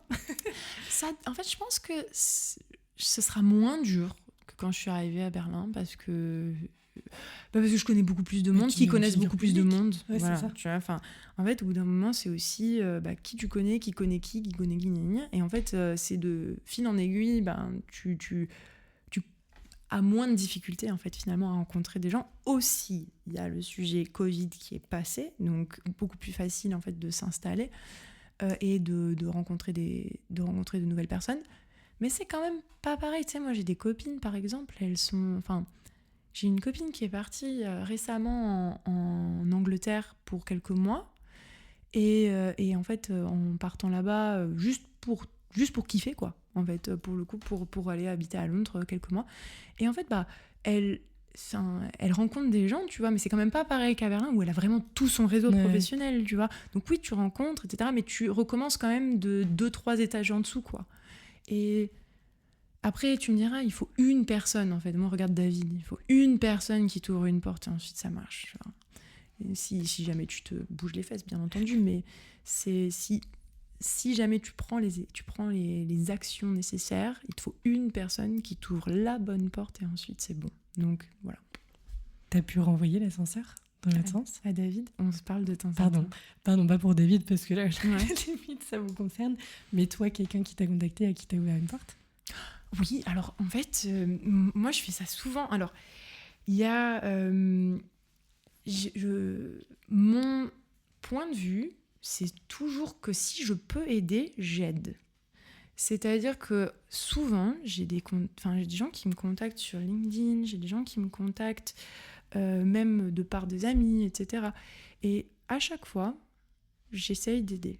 Donc, des fois, je suis pas dispo, donc je dis écoute, en ce moment, je suis pas dispo, désolé, j'ai vraiment pas le temps. Tu dois prioriser aussi dans la vie, tu vois. Mais si j'ai le temps, si j'ai l'opportunité et la possibilité d'aider quelqu'un, je le ferai. Du coup, il y a une personne que j'ai aidée quand il est arrivé, c'est Giancarlo, par exemple. Tu vois mais il y en a un paquet d'autres, en fait. Trop cool. Et moi, je pense qu'en fait, à chaque fois, si tu veux... À Techstars, il y a un truc qui m'a fait vraiment kiffer quand j'ai passé les entretiens... Et qui a fait qu'en fait j'ai même postulé en fait à cette boîte, c'est le Give First. Donc c'est vraiment, c'est vraiment le motto de la boîte. Ok, c'est chouette. Et l'idée c'est que tu donnes avant de recevoir. Et en fait, je pense que c'est ça qu'il faut faire quand tu veux monter un réseau de bonnes personnes autour de toi, qui soient professionnels, personnels. Tu donnes, et ensuite, finalement, tu recevras 100 fois plus en retour que ce que tu peux même t'imaginer. Mais tu dois donner sans avoir, de pensée sur ce que tu vas recevoir en retour. Et en fait, en faisant ça, c'est quand même un cercle vertueux, et c'est des communautés, en fait, derrière qui sont juste hyper vertueuses, tu vois. Moi, c'est ce que je fais avec la French Tech. Enfin, au fond, tu vois, la French Tech, aujourd'hui, je l'utilise aussi personnellement pour monter, parce que j'y passe beaucoup de temps, donc je l'utilise aussi pour communiquer autour de ce que je fais, montrer aussi tous les projets que je mets en place, parce que j'en suis fière, mais en fait, au fond, c'est du give first, en fait. Tu montes ces projets, tu montes ces conférences, tu montes ces petits déjeuners, et en fait, les gens qui en bénéficient au max, c'est pas nécessairement toi, en fait, c'est les gens qui viennent, quoi, tu vois, et c'est les gens qui font vivre la communauté. En fait, moi, c'est tout ce que j'essaye d'insuffler, en fait, dans la manière dont je bosse, c'est donner et de pas avoir d'attente sur le retour, parce que de toute façon, je sais que ça revient au centuple. Sur ces paroles, pour quelle raison on peut te contacter ? Pour ce que vous voulez, en fait, en réalité. Souvent... je reçois des contacts, par exemple, pour des gens qui veulent venir à Berlin, ou des gens qui veulent en savoir plus sur Techstars, ou des choses comme ça. Donc, voilà, ce que vous voulez. Ma porte est toujours ouverte. Je garantis pas que je répondrai immédiatement. Non, je garantis pas que je répondrai immédiatement, parce que c'est beaucoup de demandes, souvent. Mais je suis ravie de pouvoir sauter dans un petit call de 15 minutes avec des gens qui en ont besoin. C'est toujours agréable. T'as un lien Calendly ? J'ai l'impression qu'il y a de plus en plus de personnes qui font ça. Tu sais, tu te fais des jours ou des trucs comme ça et les gens réservent. J'ai un lien Calendly, là je l'utilise pour autre chose. Mais par contre, j'ai réfléchi à un moment donné, je voulais mettre en place dans mon calendrier des office hours. Et en fait, tu peux faire ça aussi sur Google, donc je peux éventuellement mettre ce truc-là en place. Ouais.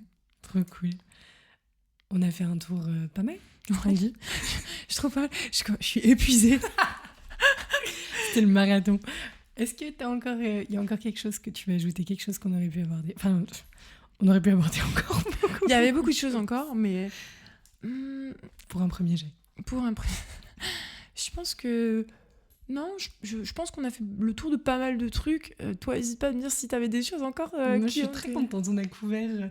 Tu vois, j'aurais encore des choses sur le leadership et culture d'entreprise, mais je suis en mode... Ça, ces thèmes, on peut les garder pour un autre format, à la limite.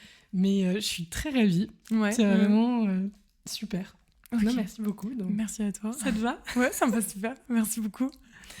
Top. Merci Émilie. On te suit sur tes réseaux sociaux, sur LinkedIn. Ouais, surtout, ouais. J'ai pas Instagram. C'est ça. J'ai pas Instagram, j'ai pas Facebook, j'ai rien d'autre que LinkedIn parce qu'en fait, les réseaux sociaux ne me convenaient pas d'un point de vue personnel, ça me déprimait. Donc, j'ai tout supprimé sauf LinkedIn. Donc, voilà. C'est facile, du coup, on te trouvera sur LinkedIn. Merci beaucoup, Émilie. Merci à toi.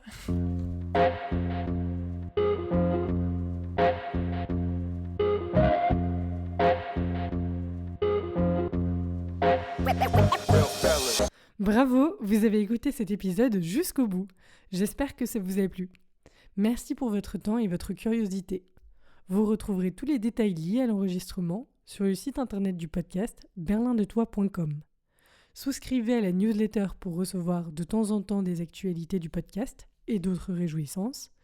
Abonnez-vous au compte Instagram du podcast Berlin de Toi et je me tiens à votre disposition si vous souhaitez participer au podcast ou vous faire accompagner.